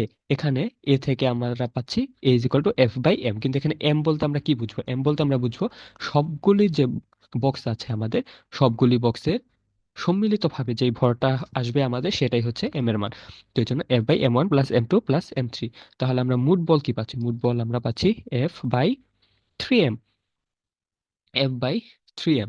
তো এখন দেখো আমাদের, যেহেতু আমাদের শুধুমাত্র বি বলটার জন্য, বি বক্সটার জন্য বল নির্ণয় করতে হবে, তো বি বক্সের আমাদের জন্য বল যদি আমরা F B is equal to M B into A. তো এম বি জিনিসটা আসলে কি, এম বি জিনিসটা হচ্ছে দেখো, আমরা যেহেতু এই বলটাকে টানতে চাচ্ছি, তো এই বলটাকে টানার জন্য আমাদের সি বলটাকেও টানা লাগবে, সরি, বি বক্সকে টানার জন্য আমাদের সি বক্সকেও টানতে হবে। তাই এক্ষেত্রে আমাদের এম বি হবে 2টা M ইন্টু এর ভ্যালু আমরা পেয়েছিলাম F/3M। তাহলে আমরা পাচ্ছি 2M ইন্টু F/3M। যদি আমরা কেটে দেই, তাহলে আমরা পাচ্ছি 2F/3, এবং এটাই হচ্ছে আমাদের অ্যান্সার, যেটা আছে আমাদের ডিতে, অর্থাৎ ডি হচ্ছে আমাদের অ্যান্সার। 42 নম্বর দেখো, নিচের কোনটি সংরক্ষণশীল বলের ক্ষেত্রে অসত্য নয়। অসত্য নয় মানে কি, অসত্য নয় মানে হচ্ছে সত্য। সংরক্ষণশীল বলের ক্ষেত্রে কৃত কাজ পুনরুদ্ধার করা অসম্ভব নয় মানে সম্ভব, অর্থাৎ বি হচ্ছে আমাদের অ্যান্সার।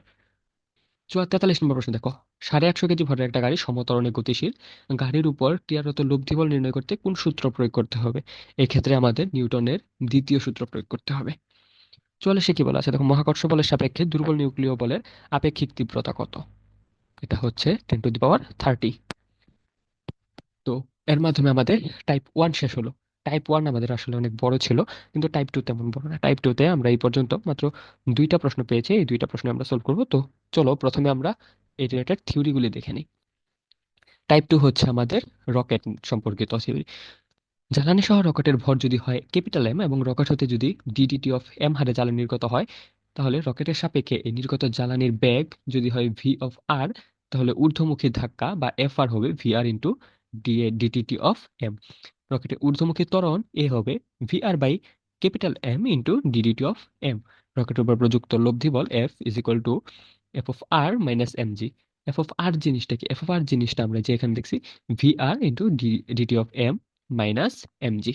রকেটের উপর প্রযুক্ত লব্ধি ত্বরণ হবে A minus G is equal to এর ভ্যালু মাইনাস জি। টি সময় পর অবশিষ্ট ভর যদি থাকে এম প্রাইম, তাহলে এক্ষেত্রে এম প্রাইমটা হবে M minus DT of M into T. আচ্ছা, এখানে আমাদের একটা জিনিস খেয়াল রাখতে হবে, সেটা হচ্ছে রকেটের উপর প্রযুক্ত বল বা ধাক্কা আর রকেটের লব্ধি বল তিনটা কিন্তু আসলে এক না। তো এই রিলেটেড আমরা মাত্র দুইটা প্রবলেম পেয়েছি।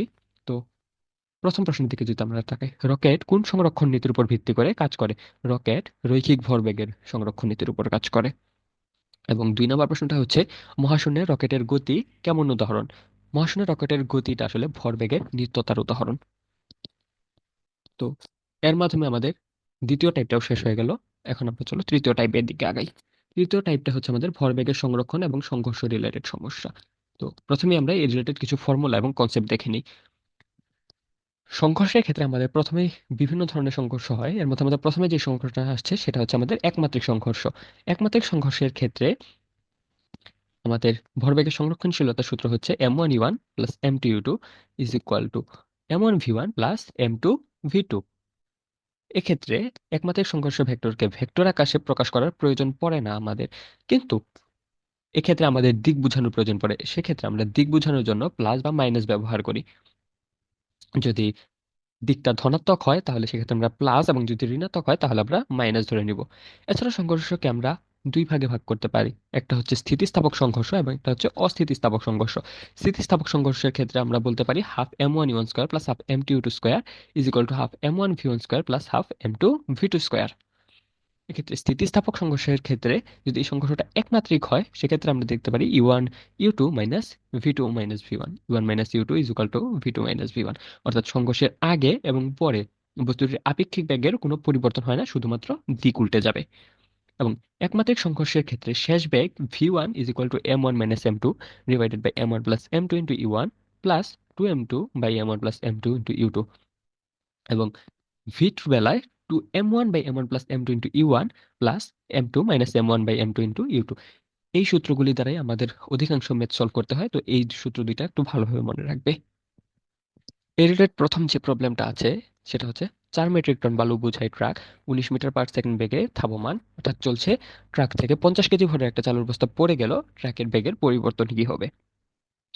এই ম্যাথটা আমরা কিভাবে করতে পারি দেখো। 4 মেট্রিক টন মানে আসলে কি? 1 মেট্রিক টন সমান 1000 কেজি, অর্থাৎ 4 মেট্রিক টন সমান আমরা পাচ্ছি 4000 কেজি। তো ট্রেন ট্রাকটা প্রথম 4000 কেজি চাল নিয়ে যাচ্ছিল, সরি, ট্রাকটা প্রথম 4000 কেজি বালু বোঝাই করে চলছিল। এর মধ্যে 50 কেজি ভরের 4টি বালুর বস্তা, অর্থাৎ 200 কেজি বালুর বস্তা পড়ে গেল, তাহলে ব্যাগের কি পরিবর্তন হবে? এক্ষেত্রে আমরা দেখো কিভাবে করব।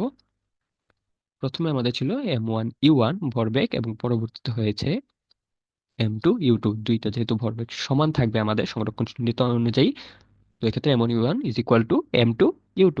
ক্ষেত্রে প্রথমে আমাদের m1 হচ্ছে 4000, u1 হচ্ছে 19, ইজ ইকুয়াল টু আমাদের m2 কত আসবে দেখো। প্রথমে আমাদের ছিল 4000 কেজি, এখান থেকে আমাদের 50 কেজি 4টা বালুর বস্তা অর্থাৎ 200 কেজি পড়ে গেছে, তাহলে আমাদের কাছে থাকছে 4000 মাইনাস 200, যেটা হচ্ছে আমাদের 3800 কেজি, তাই তো?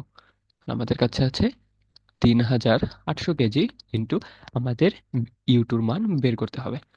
তো U two is equal to 4000 into 19 by 3800। 19 দ্বারা যদি আমরা 3800-কে ভাগ করি আমরা পাচ্ছি 200, 200 দ্বারা 4000-কে ভাগ করলে ইউ2 ইজ ইকুয়াল টু আমরা পাচ্ছি 20 মিটার পার সেকেন্ড। অর্থাৎ আমাদের ব্যাগের পরিবর্তন কত হচ্ছে? ব্যাগের পরিবর্তন কিন্তু এটা না, এটা আমাদের ইউ2 শেষ বেগ আমরা পেলাম। আমাদের ব্যাগের পরিবর্তন হবে শেষ বেগ মাইনাস আদি বেগ 19, অর্থাৎ 1 মিটার পার সেকেন্ড স্কোয়ার, যেটা আমাদের আছে ডি নাম্বার, অর্থাৎ ডি হচ্ছে আমাদের অ্যান্সার। 2 নম্বর প্রশ্ন দেখো, স্থির থাকা অবস্থায় একটা বস্তু বিস্ফোরিত হয়ে m1 m2 ভরের দুইটা বস্তুতে পরিণত হয়, যথাক্রমে ভি1 এবং ভি2 বেগে বিপরীত দিকে চলমান, ভি1 বাই ভি2 এর মান কত হবে? তো এই ম্যাথটা করার ক্ষেত্রে আমাদের দেখো, বিস্ফোরিত হওয়ার ক্ষেত্রে আগে কিন্তু বস্তুটা স্থির ছিল, তাই বস্তু যে আদি ভরবেগ অর্থাৎ m1u1, এটা কিন্তু আমরা পাবো 0।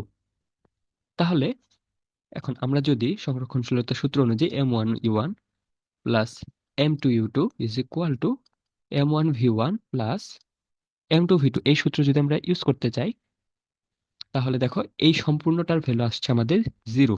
তাহলে 0 ইজ ইকুয়াল টু m1v1। আচ্ছা, যেহেতু বিপরীত দিকে চলে গেছে তাহলে এখানে প্লাস হবে না, মাইনাস হবে। m1v1 minus m2v2 V two. অর্থাৎ আমরা এখান থেকে পাচ্ছি M1 V1 is equal two M2 V2। অর্থাৎ এখন আমরা যদি V1/V2 বের করতে চাই তাহলে আমরা পাচ্ছি M2/M1। এটাই হচ্ছে আমাদের অ্যান্সার, যেটা আছে আমাদের এ নাম্বারে। আচ্ছা সরি, এ না তো, সি নাম্বারে। দেখো কি বলা আছে, 2 কেজি ভরের একটা ভি বেগে গতিশীল বস্তু অপর একটা স্থির বস্তুকে আঘাত করলো। সংঘর্ষের পর উভয় বস্তু V/4 বেগে গতিশীল থাকলে প্রথমে স্থির থাকা বস্তুটার ভর কত? এই ম্যাথটা তোমরা করে নিতে পারবে। এখানে M1U1 plus M2U2 is equal to M1 plus M2 into V. এই সূত্রে অ্যাপ্লাই হবে। আচ্ছা চলো এটা আমি করে দিই। এখানে দেখো, একটা 2 কেজি ভরের বস্তু ভি বেগে গতিশীল ছিল, অপরটা স্থির বস্তু, অর্থাৎ দ্বিতীয় বস্তুর বেগ কিন্তু 0।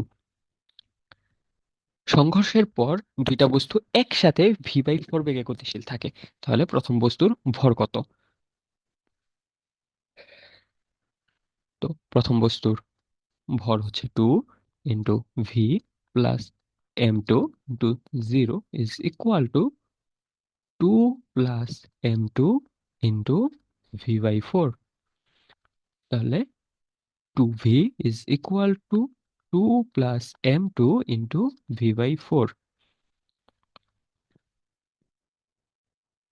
তাহলে 2 + M2 ইজ ইকুয়াল টু আমরা পাচ্ছি, দেখো কি, 8V/V। ভিভি যদি আমরা কেটে দেই তাহলে আমাদের কাছে থাকছে M2 is equal to 8 - 2 which is 6 KG. এবং এটাই হচ্ছে আমাদের অ্যান্সার, যেটা আছে আমাদের সি নাম্বারে। 5 মেট্রিক টন ভরের বালু বোঝাই একটা ট্রাক 20 মিটার/সেকেন্ড বেগে চলন্ত অবস্থায় ট্রাকের ছিদ্র হয়ে প্রতি মিনিটে 20 কেজি হারে বালু ট্রাক থেকে নিচে পড়াতে শুরু করলো। ভরবেগ সংরক্ষিত হলে 50 মিনিট পর ট্রাকের বেগ কত হবে? এই ম্যাথটা কিন্তু আমাদের অনেকটা প্রথম ম্যাথের মতোই ছিল। প্রথমে আমাদের 5 মেট্রিক টন অর্থাৎ 5,000 কেজি বালু ছিল, এবং 50 মিনিট পর প্রতি মিনিটে 20 কেজি হারে বালু যদি আমরা আমাদের পড়তে থাকে, তাহলে 50 মিনিটে 50 × 20 অর্থাৎ 1,000 কেজি বালু আমাদের পড়ে যাবে। অর্থাৎ 50 মিনিট পর আমাদের বালু অবশিষ্ট থাকবে 4,000 কেজি। তাহলে এখন আমরা যদি M1U1 is equal two M2U2 করি, তাহলে এখান থেকে সহজে আমাদের ইউটুর মানটা বেরিয়ে যাবে। এটা তোমরা করে নিও। কি বলা আছে, 1200 কেজি ভরের একটা গাড়ি 20 মিটার/সেকেন্ড দ্রুতিতে চলছিল। অতঃপর গাড়িটি 800 কেজি ভরের একটা স্থির গাড়িকে ধাক্কা দিল। ধাক্কার পর গাড়ি দুটি একত্রিত হয়ে 120 মিটার পিছলায় থেমে গেল। বাধাদানকারী বলের মান কত? তো এমএথ করার জন্য প্রথমে আমাদের, যেহেতু বল চেয়েছে, তাহলে আমাদের প্রথমে মাথায় রাখতে হবে কি, F is equal to M A. এখানে আমাদের এম এর মান জানা আছে, এ এর মান বের করতে হবে, কিন্তু এ এর মান আমাদের দেয়া নেই। এর মান নির্ণয়ের জন্য আমাদের ভি এর মানটা দরকার হবে, তাই তো? তো চলো আমাদের ভি এর মান তো আমরা ইজিলি এখান থেকে বের করে নিতে পারবো। তো চলো আমরা ভি এর মানটা আগে বের করে নিই। দেখো, তো এক্ষেত্রে আমাদের শক্তি সংরক্ষণশীলতার নীতি ইউজ করতে পারি, যেটা হচ্ছে M1U1 plus M2U2 is equal to M1 plus M2 into V. তাহলে ভি ইজ ইকুয়াল টু, দেখো এখানে দ্বিতীয় গাড়িটা কিন্তু স্থির ছিল, অর্থাৎ দ্বিতীয় গাড়ির ক্ষেত্রে U2 is equal to 0, U2 is equal to 0, তাহলে M2U2 এর মানও আসবে আমাদের 0। তাহলে M1 এর ভ্যালু হচ্ছে 1200 কেজি, U1 এর value 20 metre per second, divided by M1 1200 plus M2 হচ্ছে 800। তাহলে আমরা এখান থেকে ভি কত পাচ্ছি? ভি আমরা পাচ্ছি 12 মিটার/সেকেন্ড স্কয়ার, সরি 12 মিটার/সেকেন্ড। এখন ভি থেকে আমরা যদি এর মান বের করতে যাই তাহলে আমরা কিভাবে বের করব? দেখো, আমরা কি জানি, V square is equal to U square plus 2a s, তাই তো? তো এখন আমরা যদি এখান থেকে এর ভ্যালু বের করতে চাই, দেখো আমাদের কাছে কি থাকছে, V square minus U square by 2s, তাই তো? এক্ষেত্রে ভি এর মান হচ্ছে আমাদের 12 স্কোয়ার মাইনাস ইউ এর ভ্যালু হচ্ছে আমাদের 0 স্কোয়ার ডিভাইডেড বাই 2 এস এর ভ্যালু হচ্ছে 120 মিটার, কারণ 120 মিটার পিছলিয়ে গিয়েছে। তো এটা যদি আমরা করি তাহলে আমরা পাবো 0.6 মিটার/সেকেন্ড স্কয়ার। তো এখন আমাদের কাছে এর ভ্যালু আছে। এখন আমরা যদি F is equal to M এর সূত্রটা ইউজ করি, তাহলে আমরা দেখো এম এর ভ্যালু হচ্ছে আমাদের 1200 প্লাস 800 ইন্টু 0.6। যদি আমরা অ্যান্সার করি আমরা পাবো 1200 নিউটন, যেটা আমাদের আছে ডি নাম্বার, অর্থাৎ ডি হচ্ছে আমাদের অ্যান্সার। 6 নম্বর প্রশ্ন দেখো, 40 কেজি এবং 60 কেজি ভরের দুটি বস্তু যথাক্রমে 10 মিটার পার সেকেন্ড ও 5 মিটার পার সেকেন্ড থেকে বিপরীত দিকে আসার সময় একে অপরকে ধাক্কা দিল। ধাক্কার পর বস্তুদ্বয় একত্রে যুক্ত হয়ে কত বেগে চলবে? এটা তোমরা সহজেই করে নিতে পারবে। এক্ষেত্রে শক্তি সংরক্ষণশীলতা নীতি অনুযায়ী M1E1 plus M2U2 is equal to M1 plus M2 into V. এটা ইউজ করলে এখান থেকে ভি এর ভ্যালু পেয়ে যাবে। এটা তোমরা বাসায় করে নিও। 7 নম্বর ম্যাথে দেখো কি বলা আছে। 5 কেজি ভরের একটা রাইফেল থেকে 20 গ্রাম ভরের একটা বুলেট 1000 মিটার পার সেকেন্ড গতিতে ছুটে যায়। পেছন থেকে রাইফেলের ধাক্কার বেগ কত হবে? এক্ষেত্রে দেখো প্রথমে রাইফেলটা কিন্তু স্থির অবস্থায় ছিল, অর্থাৎ M1E1 প্লাস M2U2 এর মান হবে আমাদের জিরো। তো zero is equal to M1V1 plus M2V2, তাই তো? তো এখান থেকে দেখো V2 যদি আমরা বের করতে যাই তাহলে আমরা কি পাচ্ছি? Minus M1V1 divided by M2। তো এখানে M1 এর মান কত?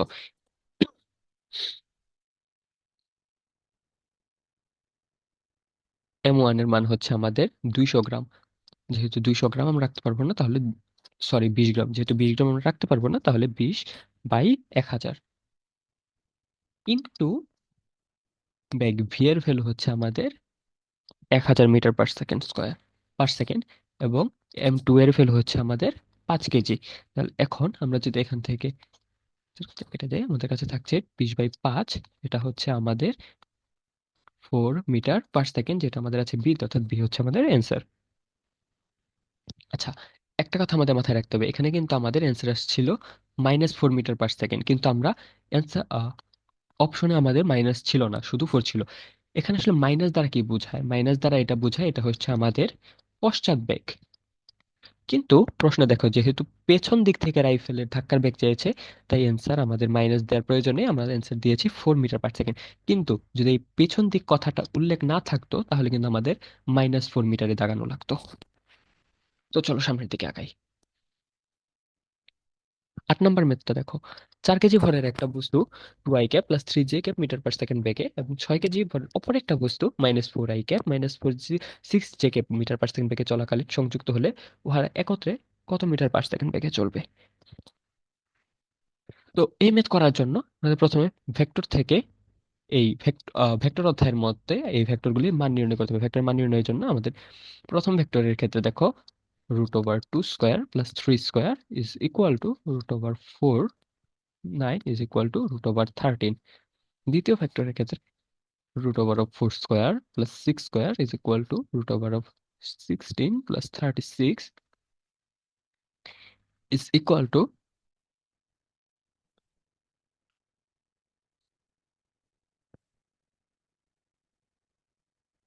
√52। এখন এটাকে যদি আমরা ধরি V1 V2, এটা M1, এটা M2। এখন আমরা যদি M1E1 plus M2U2 is equal to M1 plus M2 into V বের করি, তাহলে এখান থেকে আমরা ইজিলি ভি এর মানটা বের করে নিতে পারবো। তো এটা তোমরা বাসায় করে নিও। 9 নম্বর ম্যাথে দেখো কি বলা আছে। 90 কেজি ভরের একটা গাড়ি 10 মিটার পার সেকেন্ড বেগে বিপরীত দিক থেকে আসা 30 কেজি ভরের একটা গাড়িকে ধাক্কা দিল। সংঘর্ষের পর গাড়ি দুটি থেমে গেলে দ্বিতীয় গাড়িটির গতিবেগ কত হবে?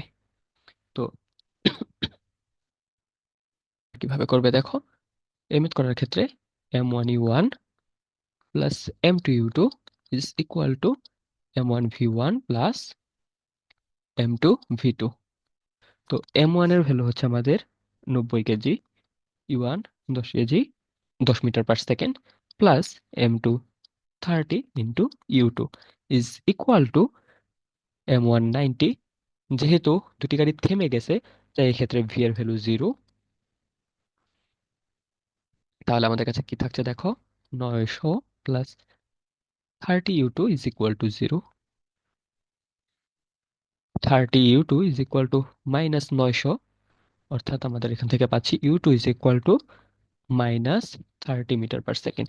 এক্ষেত্রেও দেখো, যেহেতু গাড়িটি থেমে গেছে, গাড়ির গতিবেগ চেয়েছে আমাদের কাছে, এখানে মাইনাস দ্বারা আসলে গাড়িটির পশ্চাৎ বেগকে নিয়ে মিন করা হচ্ছে, কিন্তু আদতপক্ষে কিন্তু গাড়িটির গতিবেগ হচ্ছে 30 মিটার পার সেকেন্ড, যেটা আছে আমাদের এতে।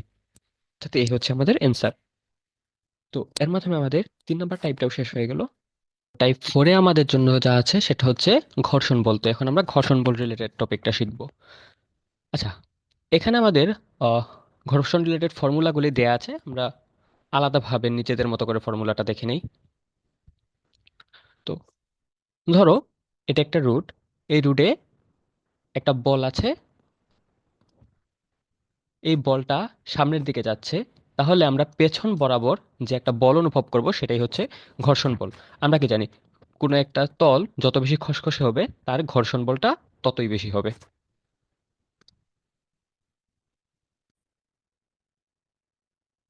তাহলে ধরো এখন আমরা আরেকটা রুট নিলাম, এই রুটে একটা আমাদের বড় বল আছে এবং একটা আছে ছোট বল। তো এর মধ্যে কোনটা বেশি ঘর্ষণ অনুভব করবে? তো আমরা কি জানি, যেহেতু এখানে ভর বেশি, তো এটা অধিক পরিমাণে অভিকর্ষ বলের দিকে টানবে এবং এর ফলে এটার প্রতিক্রিয়া বলটাও হবে বেশি। একইভাবে এই ছোট বলের ক্ষেত্রে প্রতিক্রিয়া বল কিন্তু কম আসবে এই বড় বলের তুলনায়। তাহলে যেহেতু এখানে ভর বেশি, তাই এটা বেশি চাপ দিচ্ছে ভূমিতে। আর আমরা কি জানি, একটা বস্তু যদি বেশি চাপ দিয়ে থাকে, বেশি আটকে থাকে, বেশি কামড়ে থাকে, তাহলে সেটা কিন্তু নাড়ানো আমাদের জন্য বেশি কষ্টকর হয়। আর যদি একটা বস্তু হালকাভাবে উপরে থাকে তাহলে সেটা সহজেই নাড়ানো যায়। তো যেহেতু এই 1 নাম্বার বলটার ক্ষেত্রে আমরা দেখছি যে এটার ওজন বেশি হচ্ছে আমাদের, তাই এটা মাটির দিকে বেশি আটকে থাকবে, তাই এই বলটাকে আমাদের নাড়ানোটা বেশি কষ্টকর হবে এই ছোট বলের তুলনায়। এজন্য আমাদের বড় বলের ঘর্ষণটা বেশি হবে। তো যেহেতু বড় বলের ভর বেশি, ওজন বেশি, তাই এর প্রতিক্রিয়া বলটাও বেশি। তাহলে আমরা কিন্তু বলতে পারি ঘর্ষণ বল এফ ইজ প্রপোর্শনাল টু আর, অর্থাৎ প্রতিক্রিয়া বল।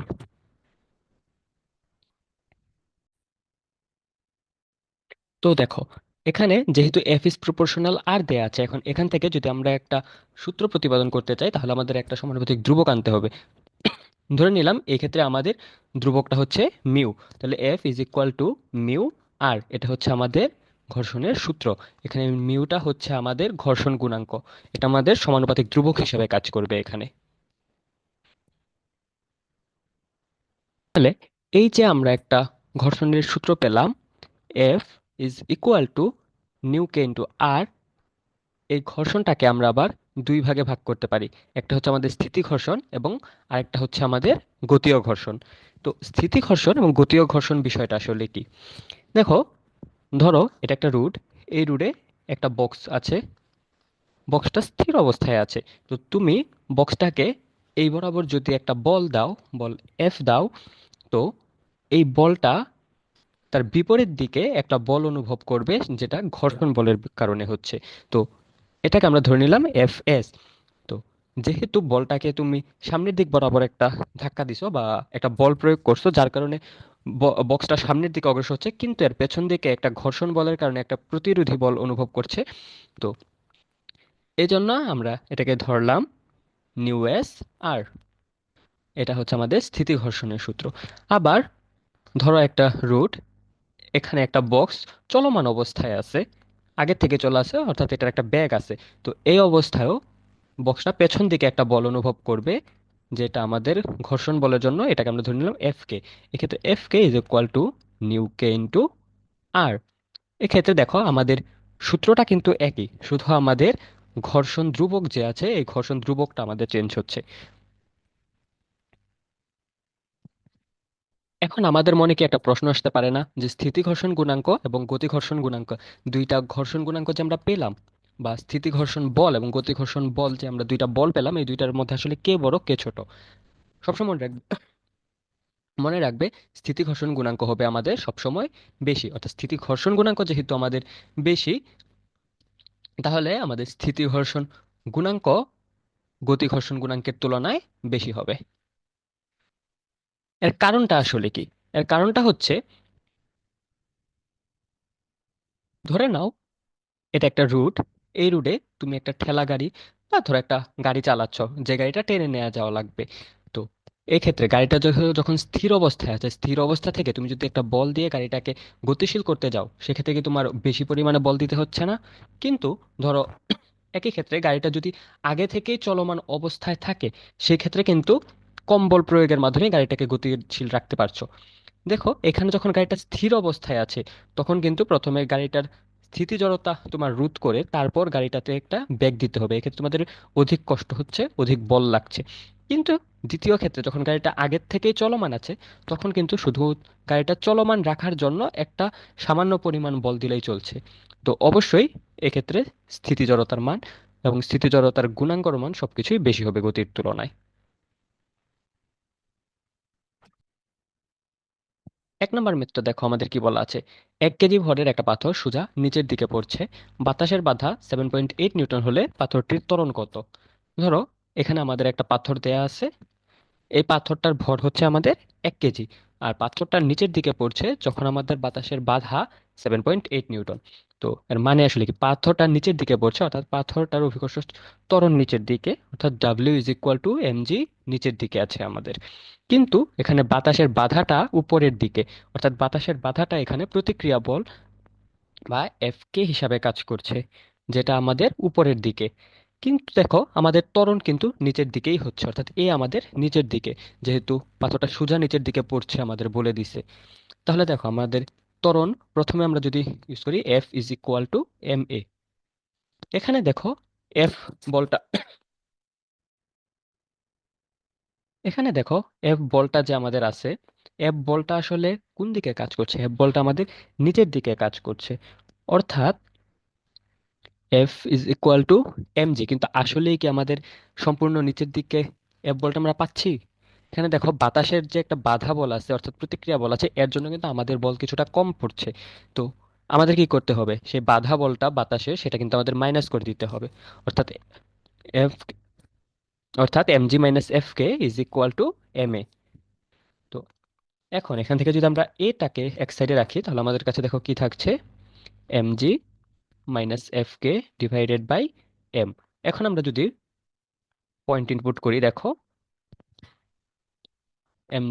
এম এর ভ্যালু 1 কেজি, জি এর ভ্যালু 9.8, মাইনাস এফ কে এর ভ্যালু অর্থাৎ বাতাসের বাধা বল হচ্ছে 7.8 বাই এম এর ভ্যালু 1 কেজি। অর্থাৎ আমাদের এ ইজ ইকুয়াল টু কত থাকছে, এ ইজ ইকুয়াল টু আমাদের হচ্ছে 2 মিটার পার সেকেন্ড স্কোয়ার, যেটা আছে আমাদের সিতে, অর্থাৎ সি হচ্ছে আমাদের অ্যান্সার। প্রশ্নটার দিকে যদি আমরা দেখি, পথের ঘর্ষণ বল যদি 10 নিউটন হয়, তাহলে 2 কেজি ভরের একটা বস্তুকে 10 মিটার পার সেকেন্ড ত্বরণে গতিশীল করতে কত বল দরকার হবে? তো এক্ষেত্রেও দেখো আমাদের F is equal to M A, তাই তো? কিন্তু এখানে একটা সমস্যা আছে আমাদের, এখানে পাথরের কিন্তু একটা আলাদা ঘর্ষণ বল আছে।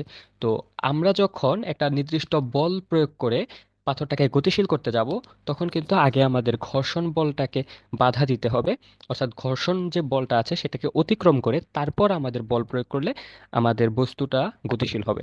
ধরো কোনো একটা বস্তুর ঘর্ষণ বল আছে 10 নিউটন, এখন আমি যদি সেই বস্তুটাকে 5 নিউটন বল দেই, তাহলে সেই বল তো ঘর্ষণ অতিক্রমই করতে পারবে না, তাহলে কি বস্তুটা সামনের দিকে আগাবে? অবশ্যই না। তো বস্তুটাকে গতিশীল করার জন্য আগে আমাদের সেই বাধা বলটা যে আছে, বাধা বলটাকে অতিক্রম করতে হবে, তারপর আমাদের যে অতিরিক্ত বলটা আমরা প্রয়োগ করব সেটাই কিন্তু আমাদের মেইন বল হিসেবে কাজ করবে। তো এক্ষেত্রেও আমাদের যেহেতু ঘর্ষণ বল আছে একটা, তাহলে আমাদের ঘর্ষণ বলটা এখানে যোগ করে দিতে হবে, এবং মোট যেই বলটা আমরা পাবো সেটাই আমাদের প্রয়োজনীয় বল হবে। তো এখানে দেখো পাথরের ওজন হচ্ছে আমাদের 2 কেজি, বস্তুটার ত্বরণ বের করতে হবে আমাদের 10 মিটার পার সেকেন্ড, এবং পাথরের যে ঘর্ষণ বল আছে এফ কে, সেটা হচ্ছে আমাদের 10 নিউটন। তাহলে আমরা টোটাল পাচ্ছি কত দেখো, 20 + 10 = 30 নিউটন, যেটা আমাদের আছে এ নাম্বার, অর্থাৎ এ হচ্ছে আমাদের অ্যান্সার। 3 নম্বর মেথডটা দেখো, 3 নম্বর মেথে আমাদের কি বলা আছে, ভূ সমতলের সাথে 30 ডিগ্রি কোণে আনত একটা 2 কেজি ভরের বস্তুকে 3 মিটার পার সেকেন্ড ত্বরণে উপরে উঠালে বস্তুটির উপর কত নিউটন বল প্রয়োগ করতে হবে, তাই তো? তো এই মেথডটা আমরা কিভাবে করব দেখো, ধরে নাও এটা একটা 30 ডিগ্রি ঢালু পাহাড়, এই 30 ডিগ্রি ঢালু পাহাড়ের উপর দিকে কোনো একটা বস্তু উঠছে। তো এই বস্তুর উপরের দিকে যেহেতু উঠছে, উপরের দিকে বস্তুটার একটা বল আছে এবং বস্তুটার একটা ত্বরণ আছে, তাই তো? কিন্তু এই বস্তুটার কিন্তু একদম নিচ বরাবর একটা মাধ্যাকর্ষণজনিত বল আছে W is equal two MG.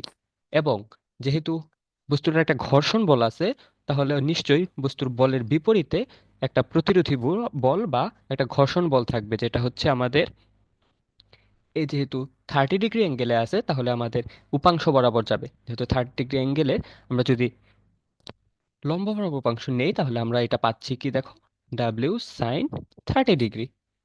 অর্থাৎ এখন আমরা যদি বস্তুটাকে উপরের দিকে তুলতে যাই, তাহলে আমাদের প্রয়োজনীয় বল F is equal to M A কিন্তু হবে না। কিসের জন্য হবে না দেখো, এখানে যেহেতু বস্তুটা উপরের দিকে উঠছে এবং পেছনের দিকে একটা প্রতিরোধী বল আছে, এই পেছনের প্রতিরোধী বলটাকে উপেক্ষা না করে কিন্তু আমরা এই সামনের দিকে যেতে পারবো না।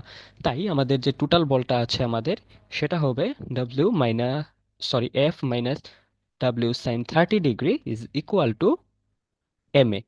অর্থাৎ সম্পূর্ণ এফ বলটা থেকে আমরা যদি ডাব্লিউ সাইন 30 ডিগ্রি বাদ দিই, তাহলে আমরা যে বলটা পাচ্ছি সেটাই হচ্ছে আমাদের প্রকৃত বল। তাহলে এখন এখান থেকে যদি আমরা এফ বের করতে যাই, দেখো তাহলে M A plus W sine 30 degree, তাহলে F is equal to M A plus M G sine 30 degree. তো এখন যদি আমরা মান বসিয়ে দিই, এম এর মান 2 কেজি, এর value 3 metre per second square, plus M এর ভ্যালু 2, জি এর ভ্যালু 9.8, এবং সাইন 30-এর ভ্যালু হচ্ছে হাফ। তো এখন যদি আমরা মান বের করে নিই, আমরা পাবো 15.8 নিউটন, যেটা আছে আমাদের ডিতে। 4 নম্বর প্রশ্নটায় দেখো আমাদের কি বলা আছে, একটা বস্তুকে 10 মিটার পার সেকেন্ড ত্বরণে গতিশীল করতে 50 নিউটন বল প্রয়োগ করতে হয়। পথের ঘর্ষণ বল যদি 10 নিউটন হয়, বস্তুটির ভর কত হবে? তো এক্ষেত্রে আমাদের কি, F is equal to F K plus M A, তাই তো? যেহেতু এখানে একটা ঘর্ষণ বল আছে, আমাদের ঘর্ষণ বলটাকে আগে অতিক্রম করে তারপর একটা বল প্রয়োগ করতে হবে। তাই F is equal to F K plus M A. আবার আমরা কি জানি, তাহলে দেখো M is equal to F minus F K divided by A. তাহলে আমাদের কি থাকছে দেখো, এখানে এফ এর ভ্যালু হচ্ছে 50 নিউটন মাইনাস ঘর্ষণ বল 10 নিউটন এবং এর ভ্যালু হচ্ছে 10। তাহলে 40/10 হুইচ ইজ 4 কেজি, যেটা আছে আমাদের এতে।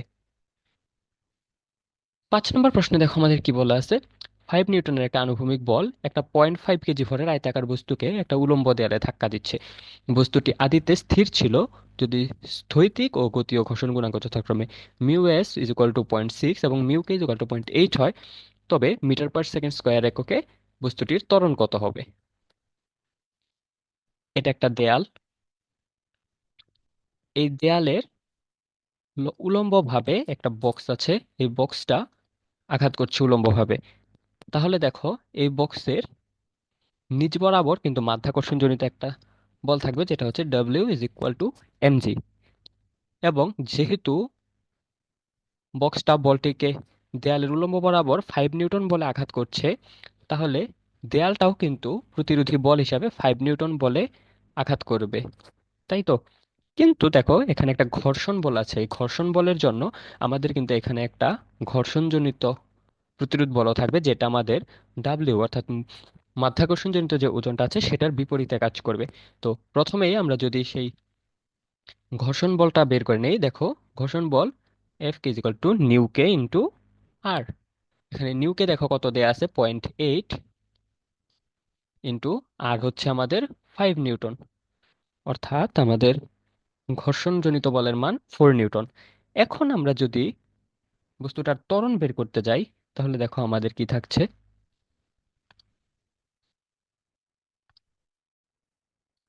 আমাদের এখানে দেখো আমাদের উপর নিচ ডান বাম চতুর্দিকেই কিন্তু একটা বল আছে। তো আমরা যদি এফ এখান থেকে নিট বলটা বের করতে চাই, আমাদের দেখো কি থাকছে, F net is equal to W minus F কে।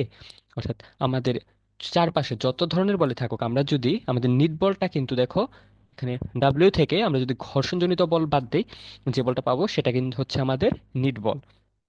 তাহলে W is equal to M G minus F K. M এর ভ্যালু হচ্ছে 0.5 কেজি, জি এর ভ্যালু 9.8, মাইনাস এফ এর ভ্যালু 4 নিউটন। তাহলে এটা যদি আমরা এখন সলভ করি, আমরা দেখো পাবো 0.9 নিউটন। এখন এখান থেকে আমরা যদি আবার F is equal to M A use করি, যেখানে A is equal to F by M, তো এফ এর ভ্যালু হচ্ছে 0.9, এর এম এর ভ্যালু 0.4, আমরা যদি করি আমরা দেখো পাবো 1.8 মিটার পার সেকেন্ড স্কোয়ার, যেটা আছে আমাদের এতে, অর্থাৎ এ হচ্ছে আমাদের অ্যান্সার। 6 নম্বর মেথড দিকে এখন আমরা যদি তাকাই, 6 নম্বর মেথড দেখো আমাদের কি বলা আছে। একটা কাঠের তক্তা আছে, এই কাঠের তক্তার উপর অবস্থিত একটা ইটের নিশ্চল কোণ হচ্ছে 40 ডিগ্রি। ইট এবং তক্তার মধ্যে স্থিতি ঘর্ষণ গুণাঙ্কের মান কত হবে? সূত্র আছে, স্থিতি ঘর্ষণ গুণাঙ্ক mu S is equal to tan theta, অর্থাৎ mu S is equal to 10, যেহেতু নিশ্চল কোণ 40 ডিগ্রি দেওয়া আছে তাহলে 10 40 ডিগ্রি। তো এটা যদি তোমরা সলভ করো তাহলে পাবে 0.839, অর্থাৎ অ্যাপ্রক্সিমেটলি 0.84, যেটা আছে আমাদের সি নাম্বারে। তো এর মাধ্যমে আমাদের টাইপ 4ও শেষ হয়ে গেল। এখন আমাদের জন্য আছে টাইপ 5। টাইপ 5-এ আমরা জড়তার ভ্রামক, টর্ক, কেন্দ্রমুখী বল, কেন্দ্রমুখী ত্বরণ, এই টপিকগুলি নিয়ে কথা বলবো। তো চলো শুরু করা যাক। আমরা আই দ্বারা প্রকাশ করি এবং জড়তার ভ্রামক I is equal to M K square, যেখানে এম হচ্ছে একটা বস্তুর ভর এবং কে হচ্ছে চক্রগতির ব্যাসার্ধ। আসলে আমরা আমাদের প্রাত্যহিক জীবনে বেশিরভাগ সময় রৈখিক হিসাবটা করে থাকি, কিন্তু কৌণিক ক্ষেত্রে আমাদের যে, অর্থাৎ রৈখিক বেগের ক্ষেত্রে আমাদের ভরের যে ভূমিকা, কৌণিক বেগের ক্ষেত্রে জড়তার ভ্রামকের একই ভূমিকা আছে। তো বিভিন্ন টাইপের বস্তুর ক্ষেত্রে আমাদের জড়তার ভ্রামক কি হবে সেটা এখানে দেয়া আছে, এটা তোমরা একটু দেখে নিও। তো জড়তার ভ্রামকের ক্ষেত্রে আমাদের দুই ধরনের উপপাদ্য শিখতে হয়, একটা হচ্ছে লম্ব অক্ষ উপপাদ্য এবং একটা হচ্ছে সমান্তরাল অক্ষ উপপাদ্য। লম্ব অক্ষ উপপাদ্যটা কি? দেখেন, equal to I X plus I Y, I X is equal to I Y plus I Z এবং I Y is equal to I X plus I Z. অর্থাৎ আমরা যেইটার জড়তার ভ্রামক বের করতে চাই তার অপর দুইটার জড়তার ভ্রামক আমরা যদি যোগ করি তাহলে আমরা যেটা বের করতে চাই সেটা পাচ্ছি। একইভাবে যদি সমান্তরাল অক্ষ উপপাদ্যটা, আসলে সমান্তরাল অক্ষ উপপাদ্যে জড়তা ভ্রামক I is equal to I G plus M R square. এখানে আই জি হচ্ছে ভর কেন্দ্রগামী অক্ষের সাপেক্ষে জড়তার ভ্রামক, এবং এক্ষেত্রে আমাদের অক্ষদ্বয় কিন্তু সমান্তরাল হতে হবে। এবং এম কি? এম হচ্ছে আমাদের ভর, আর হচ্ছে আমাদের ব্যাসার্ধ। এরপর আছে আমাদের কাছে torque. Torque tau is equal to R cross F, বা tau is equal to R F sine theta, এবং tau I is equal to I alpha, যেখানে আই হচ্ছে আমাদের জড়তার ভ্রামক। এছাড়া দেখো আমাদের কেন্দ্রমুখী বল আছে এবং কেন্দ্রমুখী ত্বরণ আছে। কেন্দ্রমুখী বল F C is equal to M V square by R, বা এম ওমেগা স্কোয়ার আর, এবং কেন্দ্রমুখী ত্বরণ AC is equal to V square by R বা ওমেগা স্কোয়ার আর। তো চলো এই রিলেটেড আমরা কিছু প্রবলেম সলভ করে নিই।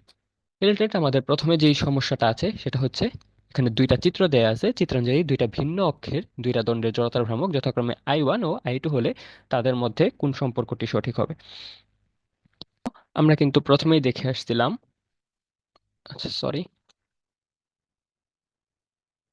আমরা কিন্তু দেখে আসছিলাম একদম প্রথমেই, আর যখন জড়তার ভ্রামক করছি, জড়তার ভ্রামক I is equal to M K square, যেখানে কে হচ্ছে চক্রগতির ব্যাসার্ধ, তাই তো?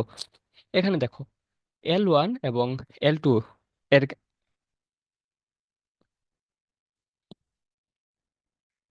এখানে দেখো L1 এবং L2 এর ক্ষেত্রে কোনটার ব্যাসার্ধ আমাদের কাছে বেশি আছে? দেখো L1 এর ব্যাসার্ধটা কিন্তু আমাদের এই ক্ষেত্রে অবশ্যই বেশি, যেহেতু যথাক্রমক I is proportional to K square, অর্থাৎ ব্যাসার্ধ স্কোয়ার, যেহেতু এখানে L1 is greater than L2, তাহলে আমাদের I1 is greater than I2, অর্থাৎ এ হচ্ছে আমাদের অ্যান্সার।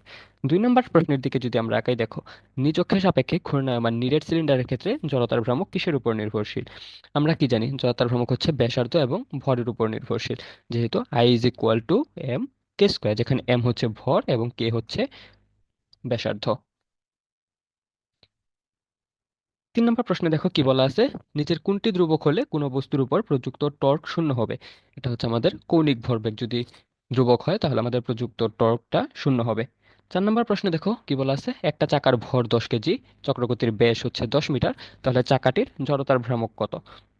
এক্ষেত্রে আমাদের ডিরেক্ট সূত্র অ্যাপ্লাই হবে, I is equal to M K square, যেখানে এম হচ্ছে 10 কেজি এবং চক্রগতির ব্যাস দেয়া আছে 10 মিটার। আমরা কি জানি, ব্যাস ইজ ইকুয়াল টু 2 ব্যাসার্ধ। তাহলে ব্যাসার্ধ কি হবে, ব্যাসকে যদি আমরা 2 দ্বারা ভাগ করি তাহলে আমরা ব্যাসার্ধ ব্যাসার্ধ পেয়ে যাচ্ছি, তাহলে 10/2 হোল স্কোয়ার। তাহলে আমরা পাচ্ছি 10 × 5 স্কোয়ার, অর্থাৎ 250। তো আমাদের অ্যান্সার হবে কোনটা, 250 কেজি মিটার স্কোয়ার। আচ্ছা, সরি সরি, অর্থাৎ আমাদের অ্যান্সার হবে 250 কেজি মিটার স্কোয়ার, যেটা আছে আমাদের সি নাম্বারে। 5 নম্বর প্রশ্নে দেখো কি বলা আছে, 1 কেজি ভর এবং 1 মিটার চক্রগতির ব্যাসার্ধ বিশিষ্ট একটা বৃত্তাকার চাকার কৌণিক ত্বরণ 10 রেডিয়ান/সেকেন্ড হলে চাকাটির দ্বন্দ্বের মুভমেন্ট কত?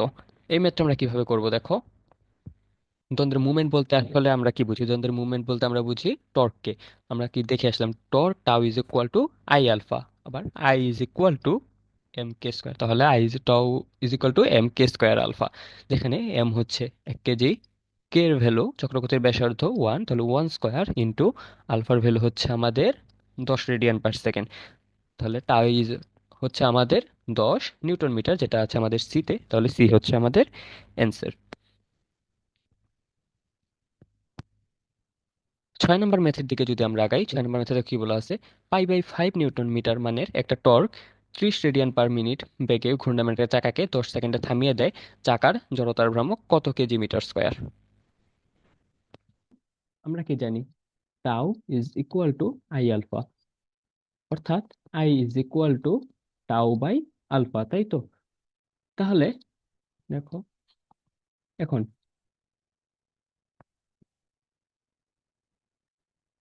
এখান থেকে টাউ এর মান হচ্ছে আমাদের π/5, কিন্তু আলফার মানটা আমাদের দেয়া নেই, আলফার মানটা আমাদের বের করতে হবে। আমরা কি জানি, আলফার মান আমরা কিভাবে বের করতে পারি, আলফার মান হচ্ছে omega final minus omega initial divided by T. দেখো এখানে ওমেগা ফাইনালে যেহেতু আমাদের কি থাকে, জিরো হয়ে যায়, তাহলে এটা আমাদের আগে বাদ থাকছে, আমাদের শুধু ওমেগা ইনিশিয়াল থাকছে। আবার আমরা কি জানি, omega is equal two 2πf, তাহলে আমাদের হচ্ছে 2πf বাই টি। তাহলে আমরা যদি একটা এখানে বসিয়ে দেই 2πf বাই টি, অর্থাৎ π/5 ইন্টু টি বাই 2πf। তাহলে দেখো, পাই বাই এফ এর মতো থাকছে, টি সময় আমাদের হচ্ছে, দেখো এখানে 30 আরপিএম অর্থাৎ 30 রেডিয়ান/মিনিটে দেয়া আছে, তাহলে টিটা আমাদের মিনিট থেকে সেকেন্ডে কনভার্ট করে নিতে হবে। তাহলে আমাদের কাছে থাকছে 60 × 10/2π × 30। তাহলে এখন যদি আমরা এটা কাটাকাটি করি, দেখো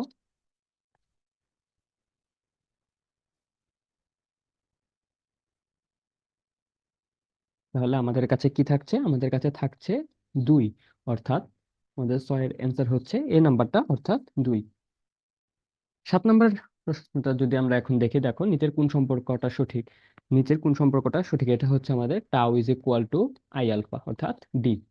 আটটাই দেখো আমাদের কি বলা আছে, দ্বিগুণ চক্রগতির ব্যাসার্ধের একটা বস্তুর জড়তার ভ্রামক একই রাখতে হলে এর ভর প্রথম বস্তুর তুলনায় কত হবে?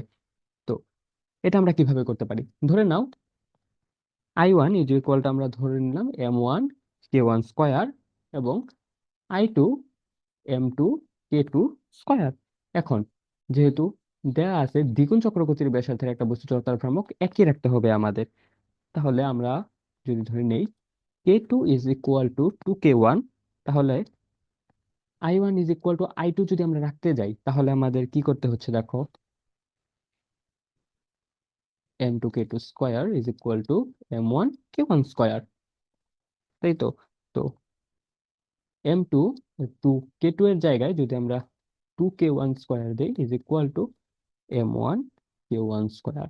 তো এখন উভয় পক্ষ থেকে আমরা যদি k1 একসাথে রাখি, আচ্ছা সরি, এখন আমাদের থাকছে m2 4k1 square is equal two m1k1 square.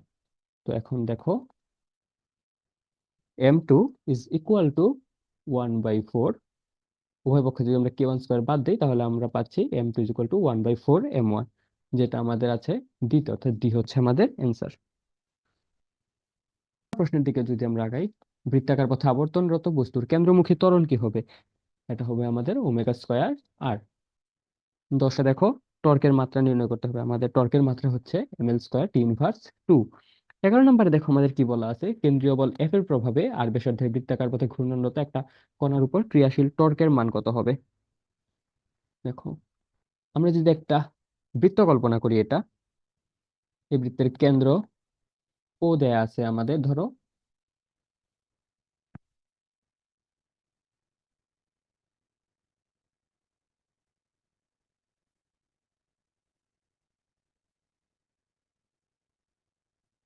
তাহলে আমাদের এই টর্ক টাও এর মান হবে আর এফ সাইন থিটা। তাহলে দেখো, যেহেতু বৃত্তাকার বস্তুটা এই দিক বরাবর বল দেয়া আছে, তাহলে এর বিপরীত বরাবর আমরা একটা বল অনুভব করব, যেটা হচ্ছে এফ সি। এবং কেন্দ্রমুখী বলের কারণে দেখো এখানে 180 ডিগ্রি কোণ উৎপন্ন হচ্ছে। তাহলে tau is equal to R F sine 180 degree. আমরা কি জানি সাইন 180 ডিগ্রির ভ্যালু হচ্ছে 0, তাহলে আমাদের সম্পূর্ণ টাও এর ভ্যালু আসবে 0, যেটা আছে আমাদের সি তে, অর্থাৎ সি হচ্ছে আমাদের অ্যান্সার। 12 নম্বর প্রশ্ন দেখো, একটা বস্তুর জড়তার ভ্রামক কিসের উপর নির্ভর করে? একটা বস্তুর জড়তার ভ্রামক নির্ভর করে এর ভর এবং ঘূর্ণন অক্ষের উপর। এরপর 13 নম্বরে দেখো আমাদের কি চেয়েছে, একটা চাকার ভর দেয়া আছে 5 কেজি, চক্রকৃতির ব্যাসার্ধ হচ্ছে 25 সেন্টিমিটার, বস্তুটির জড়তার ভ্রামক কত হবে? তো বস্তুর জড়তার ভ্রামক I is equal to M K square. এটা তোমরা বাসায় করে নিও, এখানে কে এর ভ্যালু সেন্টিমিটারে দেয়া আছে, এটা তোমাদের মিটার নিয়ে নিতে হবে। 14 নম্বরে দেখো কি বলা আছে, এম ভর এবং এ প্রান্ত বিশিষ্ট একটা সুষম বৃত্তাকার চাকতির একটা কর্ণের সাপেক্ষে জড়তার ভ্রামক কত হবে? এটা আমরা একদম প্রথমে যে আমাদের স্লাইডটা ছিল সেই স্লাইডে আছে, এটা হবে 1/12 m²। 15 নম্বর দেখো, একটা ফাঁপা সিলিন্ডারের ভর এম এবং ব্যাসার্ধ আর, জ্যামিতিক অক্ষের সাপেক্ষে এর জড়তার ভ্রামক কত হবে? এটাও আমরা প্রথম পেজটাতে দেখে আসছি, এটা হচ্ছে m r², যেটা হচ্ছে আমাদের বি নাম্বারে।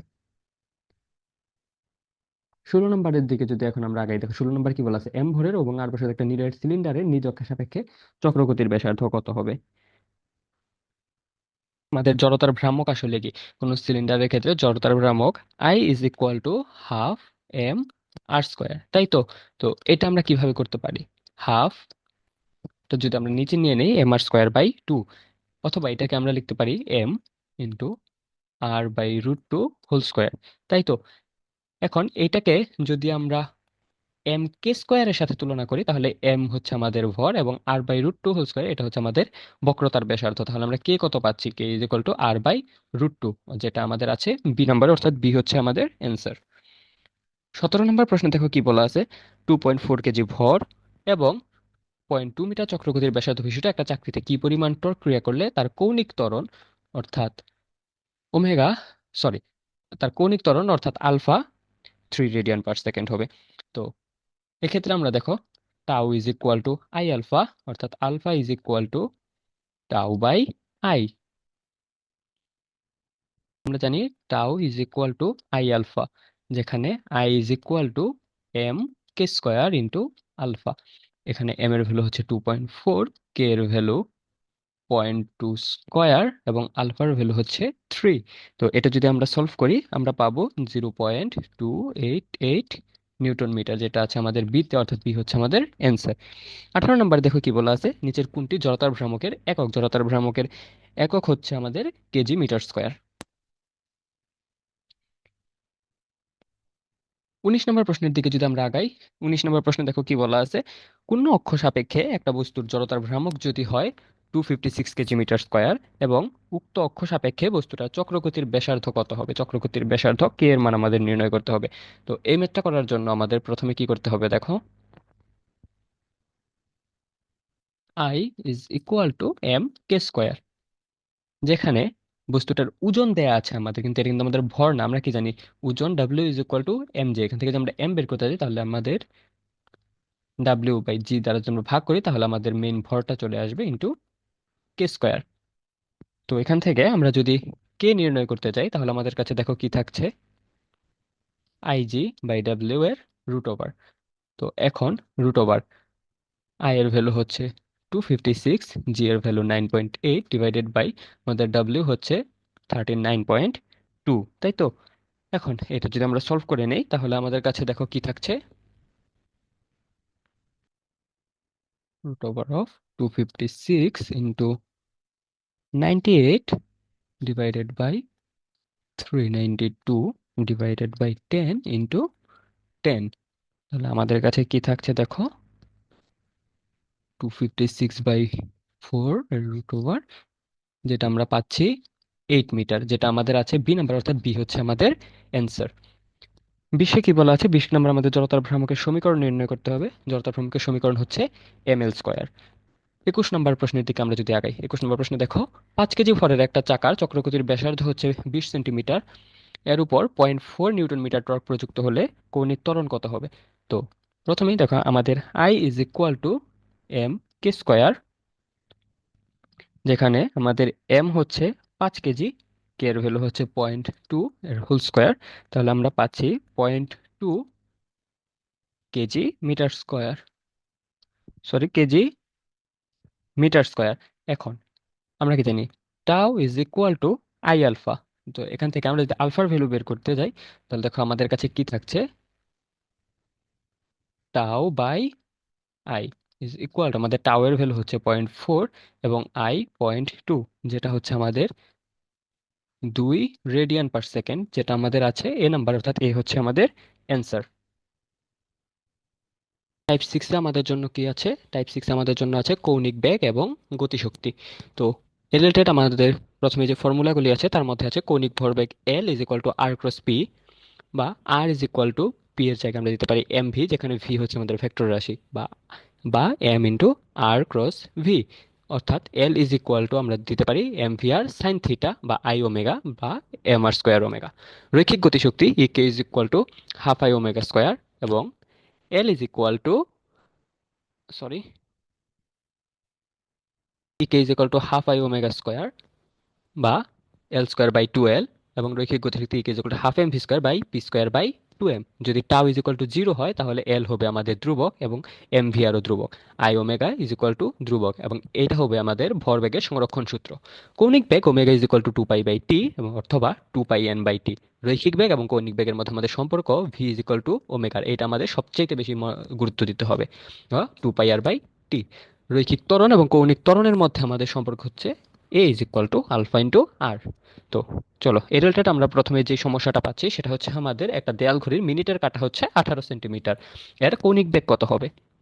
আমরা কি জানি, কৌণিক বেগ omega is equal to 2π/t, অর্থাৎ 2π, যেহেতু মিনিটের কাঁটা তাহলে 60 × 60, তাহলে আমরা পাচ্ছি দেখো কি 2π/3600 সেকেন্ড, অথবা π/1800। এখন যদি আমরা পাইয়ের ভ্যালু 3.1416 করি, আমরা পাবো দেখবে 1.74 × 10⁻³ যেটা আছে আমাদের এতে, অর্থাৎ এই হচ্ছে আমাদের অ্যান্সার। দুইয়ে দেখো, ঘড়ির সেকেন্ডের কাঁটার কৌণিক বেগ কত হবে? ঘড়ির সেকেন্ডের কাঁটার কৌণিক বেগ হবে π/30 রেডিয়ান, এটা অনেকটা মুখস্থ রাখতে পারো তোমরা। আর যদি করে নিতে চাও, দেখো omega is equal to 2π/t, এখানে টি এর ভ্যালু 60 হবে আমাদের, তাহলে 2 দিয়ে 60-কে কাটলে আমরা পাচ্ছি π/30। 3 নম্বর মেথের দিকে যদি আমরা আগাই, 3 নম্বর মেথে দেখো কি বলা আছে, 4 কেজি ভরের একটা বস্তুকে 0.2 মিটার দৈর্ঘ্যের সুতা দিয়ে এক নির্দিষ্ট অক্ষের চারদিকে 2 রেডিয়ান পার সেকেন্ড কৌণিক বেগে ঘোরানো হলে কৌণিক ভরবেগ কত হবে? কৌণিক ভরবেগ L is equal to I omega, এখানে আই ইজ ইকুয়াল টু আমরা জানি এম আর স্কোয়ার, সাথে আছে আমাদের ওমেগা। এখন এম এর ভ্যালু আমাদের 4, আর এর ভ্যালু 0.2 ইন্টু আমাদের ওমেগার ভ্যালু হচ্ছে 2। যদি আমরা এটার অ্যান্সার বের করি আমরা পাবো 0.32, অর্থাৎ আমাদের অ্যান্সার হচ্ছে বি নাম্বারটা। 4 নম্বর প্রশ্নের দিকে যদি আমরা আগাই, 4 নম্বর প্রশ্ন দেখো আমাদের কি বলা আছে, সুষম বৃত্তাকার পথে সমদ্রুতিতে চলমান বস্তুর ত্বরণ কি হবে? এটার অ্যান্সার হবে আমাদের বি। সুষম বৃত্তাকার পথে সমদ্রুতিতে চলমান বস্তুর ত্বরণ হবে বস্তুর দ্রুতির পথের ব্যাসার্ধের উপর নির্ভর করে। 5 নম্বরে দেখো আমাদের কি বলা আছে, নিচের কোনটি কৌণিক দূরত্বের মাত্রা সমীকরণ? কৌণিক দূরত্বের মাত্রা সমীকরণ হবে আমাদের m0, l0, t0। আসলে কৌণিক দূরত্বের মাত্রার কোনো সমীকরণ হয় না। 6 নম্বরে আমাদের দেখো, নম্বরে আমাদের দেখো কি বলা আছে, কৌণিক বেগের মাত্রা কোনটি? কৌণিক বেগের মাত্রা হচ্ছে পার টি ইনভার্স। 7 নম্বর প্রশ্নের দিকে যদি আমরা আগাই, একটা পাখা প্রতি মিনিটে 30 বার ঘুরছে, এখানে কৌণিক বেগ কত হবে? তাহলে এখানে আমাদের টি ইজ ইকুয়াল টু, আচ্ছা সরি, কৌণিক বেগ omega, omega is equal to 2 pi n/t। তাহলে 2 পাই × 30 ডিভাইডেড বাই, প্রতি মিনিটে বলছে যেহেতু, তাহলে 60, 2 2, তাহলে আমাদের অ্যান্সার হচ্ছে এ নাম্বারটা। আরটা দেখো আমাদের কি বলা আছে, রৈখিক ত্বরণ এবং কৌণিক ত্বরণের মধ্যে সম্পর্ক কি? রৈখিক ত্বরণ এবং কৌণিক ত্বরণের মধ্যে সম্পর্ক হচ্ছে r = a/আলফা। নয় দেখো, একটা ঘড়ির সেকেন্ড, মিনিট ও ঘন্টার কাঁটার বেগের অনুপাত কত? এটা তোমরা মুখস্থ রাখতে পারো। এটা হবে আমাদের 720/12, 720/12:1। এটা তোমরা কিভাবে করতে পারো দেখো, এটা তোমার যদি মনে না থাকে তাহলে omega second into omega minute into omega hour is equal to 2 pi ratio 2 pi × 60 ratio 2 pi into 60 × 60। এভাবে যদি তোমরা করো দেখবা পাবে 720/12:1, এবং এটি হচ্ছে আমাদের অ্যান্সার। 10 নম্বর প্রশ্নের দিকে আমরা যদি আগাই, 10 নম্বর প্রশ্ন দেখো, বলের ভ্রামকের মাত্রা কোনটি? বলের ভ্রামকের মাত্রা ml² T−1। কৌণিক ভরবেগের একক কোনটি? কৌণিক ভরবেগের একক হবে আমাদের KG metre square per second. 12 নম্বরে দেখো আমাদের আছে কি, কৌণিক ভরবেগের মাত্রা সমীকরণ, কৌণিক ভরবেগের মাত্রা সমীকরণ ml²T−1। 13 নম্বর প্রশ্নের দিকে যদি আমরা আগাই, নিচের কোন সম্পর্কটি সঠিক? নিচের কোন সম্পর্কটি সঠিক? এটা হবে আমাদের L = R×P। 14 নম্বরে দেখো কি বলা আছে, ঘূর্ণায়মান বস্তুর গতিশক্তি কোনটি? ঘূর্ণায়মান বস্তুর গতিশক্তি ½ I ω²। 15 নম্বর প্রশ্নের দিকে যদি আমরা এখন আগাই, একটা লিভারের দৈর্ঘ্যের সাথে 30 ডিগ্রি কোণে 10 কেজি মিটার পার সেকেন্ড মানের ভরবেগ ক্রিয়াশীল। লিভারের কৌণিক ভরবেগ যদি 5 KG metre square per second হয়, তাহলে এর দৈর্ঘ্য কত হবে? এই ম্যাথটা করার জন্য L = RP সাইন থিটা আমরা ইউজ করতে পারি, যেখান থেকে যদি আমরা আর এর মান নিতে চাই, R = L/P সাইন থিটা। এল এর ভ্যালু হচ্ছে 5, পি এর ভ্যালু হচ্ছে 10, সাইন থিটার ভ্যালু হচ্ছে 30 ডিগ্রি। এটা যদি আমরা করি আমরা পাবো 1 মিটার, যেটা আছে আমাদের এতে, অর্থাৎ এ হচ্ছে আমাদের অ্যান্সার। 16 নম্বর মেথের দিকে যদি আমরা আগাই, 16 নম্বর মেথে দেখো কি বলা আছে, 3 কেজি ভরের একটা গতিশীল কণার গতিবেগ দেয়া আছে এবং কণার অবস্থান ভেক্টর দেয়া আছে। মূলবিন্দুর সাপেক্ষে কণাটির ভরবেগ কত হবে?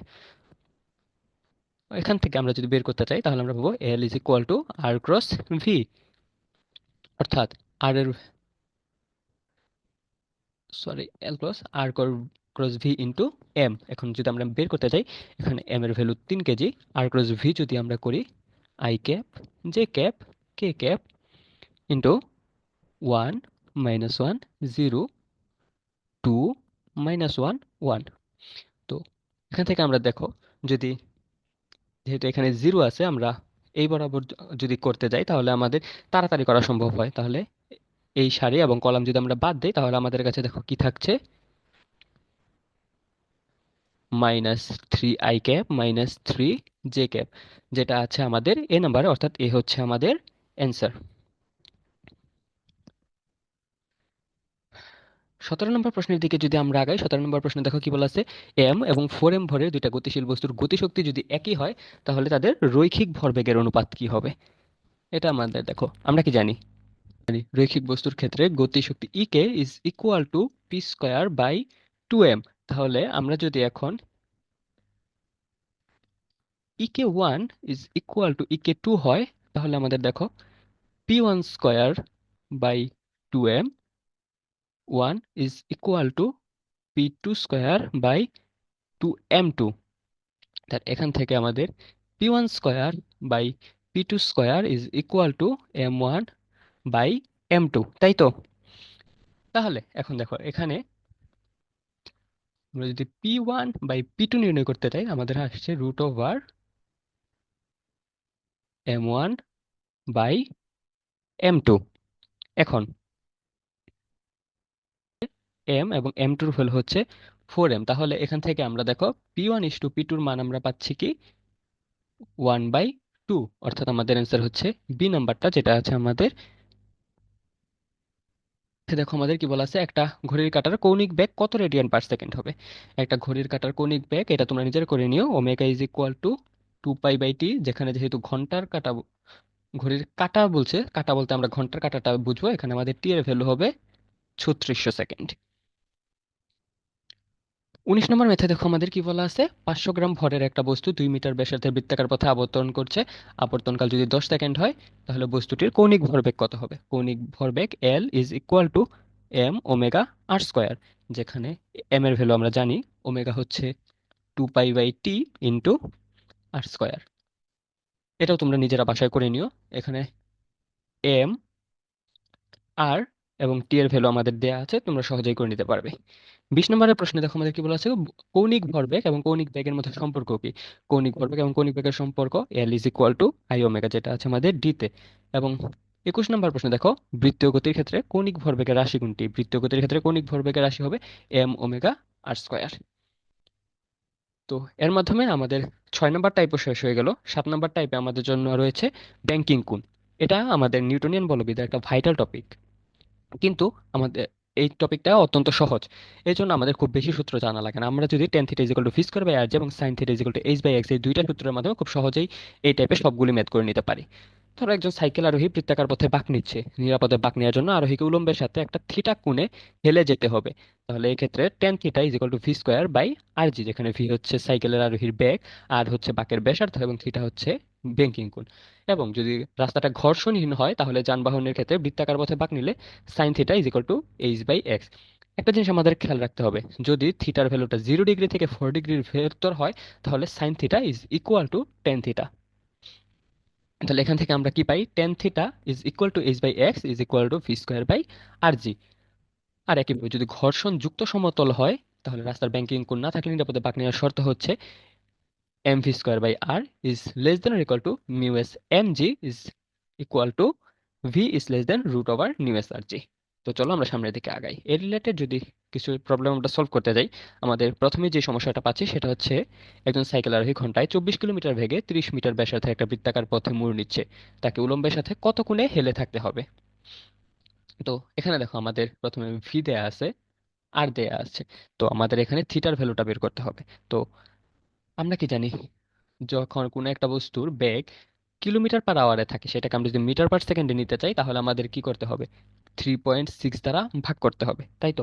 তাহলে এই ভি অর্থাৎ 24 কিলোমিটার পার আওয়ার বেগটাকে আমরা যদি 3.6 দ্বারা ভাগ করে দেই, তাহলে আমরা কি পাবো বলো তো। তাহলে আমরা মিটার পার সেকেন্ডে পেয়ে যাব, তাহলে যেটা হবে আমাদের 20/3 মিটার পার সেকেন্ড। তাহলে এখন আমরা যদি tan theta is equal to V square by R G সূত্রটি ইউজ করি, এখান থেকে আমরা পাবো theta is equal to tan inverse of V square by R G. তো টেন ইনভার্স ভি এর ভ্যালু হচ্ছে আমাদের 20/3 whole square divided by R এর ভ্যালু 30, জি এর ভ্যালু 9.8। এটা যদি আমরা সলভ করি, আমরা পাবো টেন ইনভার্স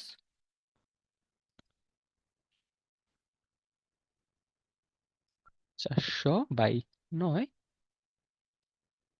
30 × 9.8।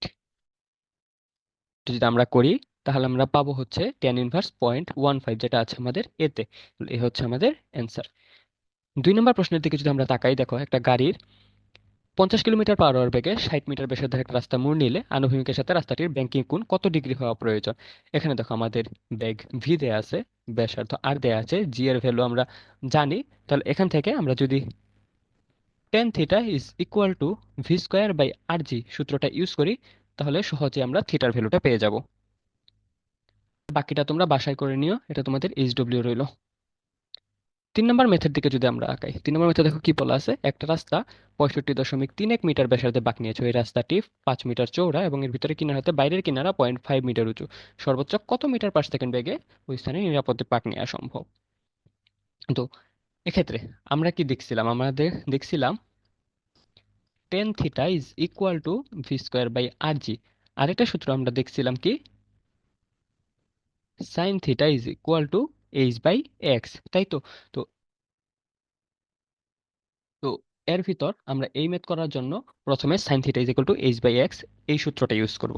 তো এই সূত্র ইউজ করে আমরা যদি থিটার ভ্যালু বের করতে যাই, আমরা পাচ্ছি theta is equal to sine inverse of H by X, অর্থাৎ সাইন ইনভার্স এইচ এর ভ্যালু হচ্ছে আমাদের 0.5 এবং এক্স এর ভ্যালু হচ্ছে 5। এখন এখান থেকে আমরা যদি tan theta is equal to V square by R G সূত্র ইউজ, এখানে যদি আমরা পয়েন্ট প্লটিং করি, তাহলে এখানে V is equal to root over of tan theta R G, অর্থাৎ root over of tan of sine inverse 0.5/5 into R এর value হচ্ছে 65.31 ইন্টু জি এর ভ্যালু হচ্ছে 9.8। এটা যদি, আচ্ছা এইটা ম্যাথটা কুয়েট খুলনা ইউনিভার্সিটির 16-17 সেশনের একটা প্রশ্ন, ওই সময় খুলনায় ক্যালকুলেটর ইউজ ছিল। এখন তোমরা যদি এই ম্যাথটা ক্যালকুলেটরের ভেতরে সলভ করে নাও তাহলে পাবে 8 মিটার পার সেকেন্ড, যেটা আছে আমাদের সিতে। তাহলে এর মাধ্যমে আমাদের এই ম্যাথটাও শেষ হয়ে গেল, এবং একই সাথে এর মাধ্যমে আমাদের আজকের মতো এই চ্যাপ্টারটাও শেষ হয়ে গেল। তো আজকের এই ক্লাসের মাধ্যমে আমাদের ভার্সিটি প্রশ্ন ব্যাংক সলভ সিরিজের দ্বিতীয় লেকচার গেল। প্রথম লেকচার আমরা ভেক্টর অধ্যায়টা নিয়ে কথা বলছিলাম, এবং দ্বিতীয় আজকের লেকচারে আমরা নিউটনিয়ান বলবিদ্যা চ্যাপ্টারটি নিয়ে কথা বললাম। আশা করি এর পরের বার আমরা নতুন কোনো চ্যাপ্টার নিয়ে দেখা হচ্ছে। ততদিন পর্যন্ত তোমরা নিজেরা প্র্যাকটিস করতে থাকো। আশা করি একটা সুন্দর এন্ডিং হবে তোমাদের। আল্লাহ হাফেজ, আসসালামু আলাইকুম।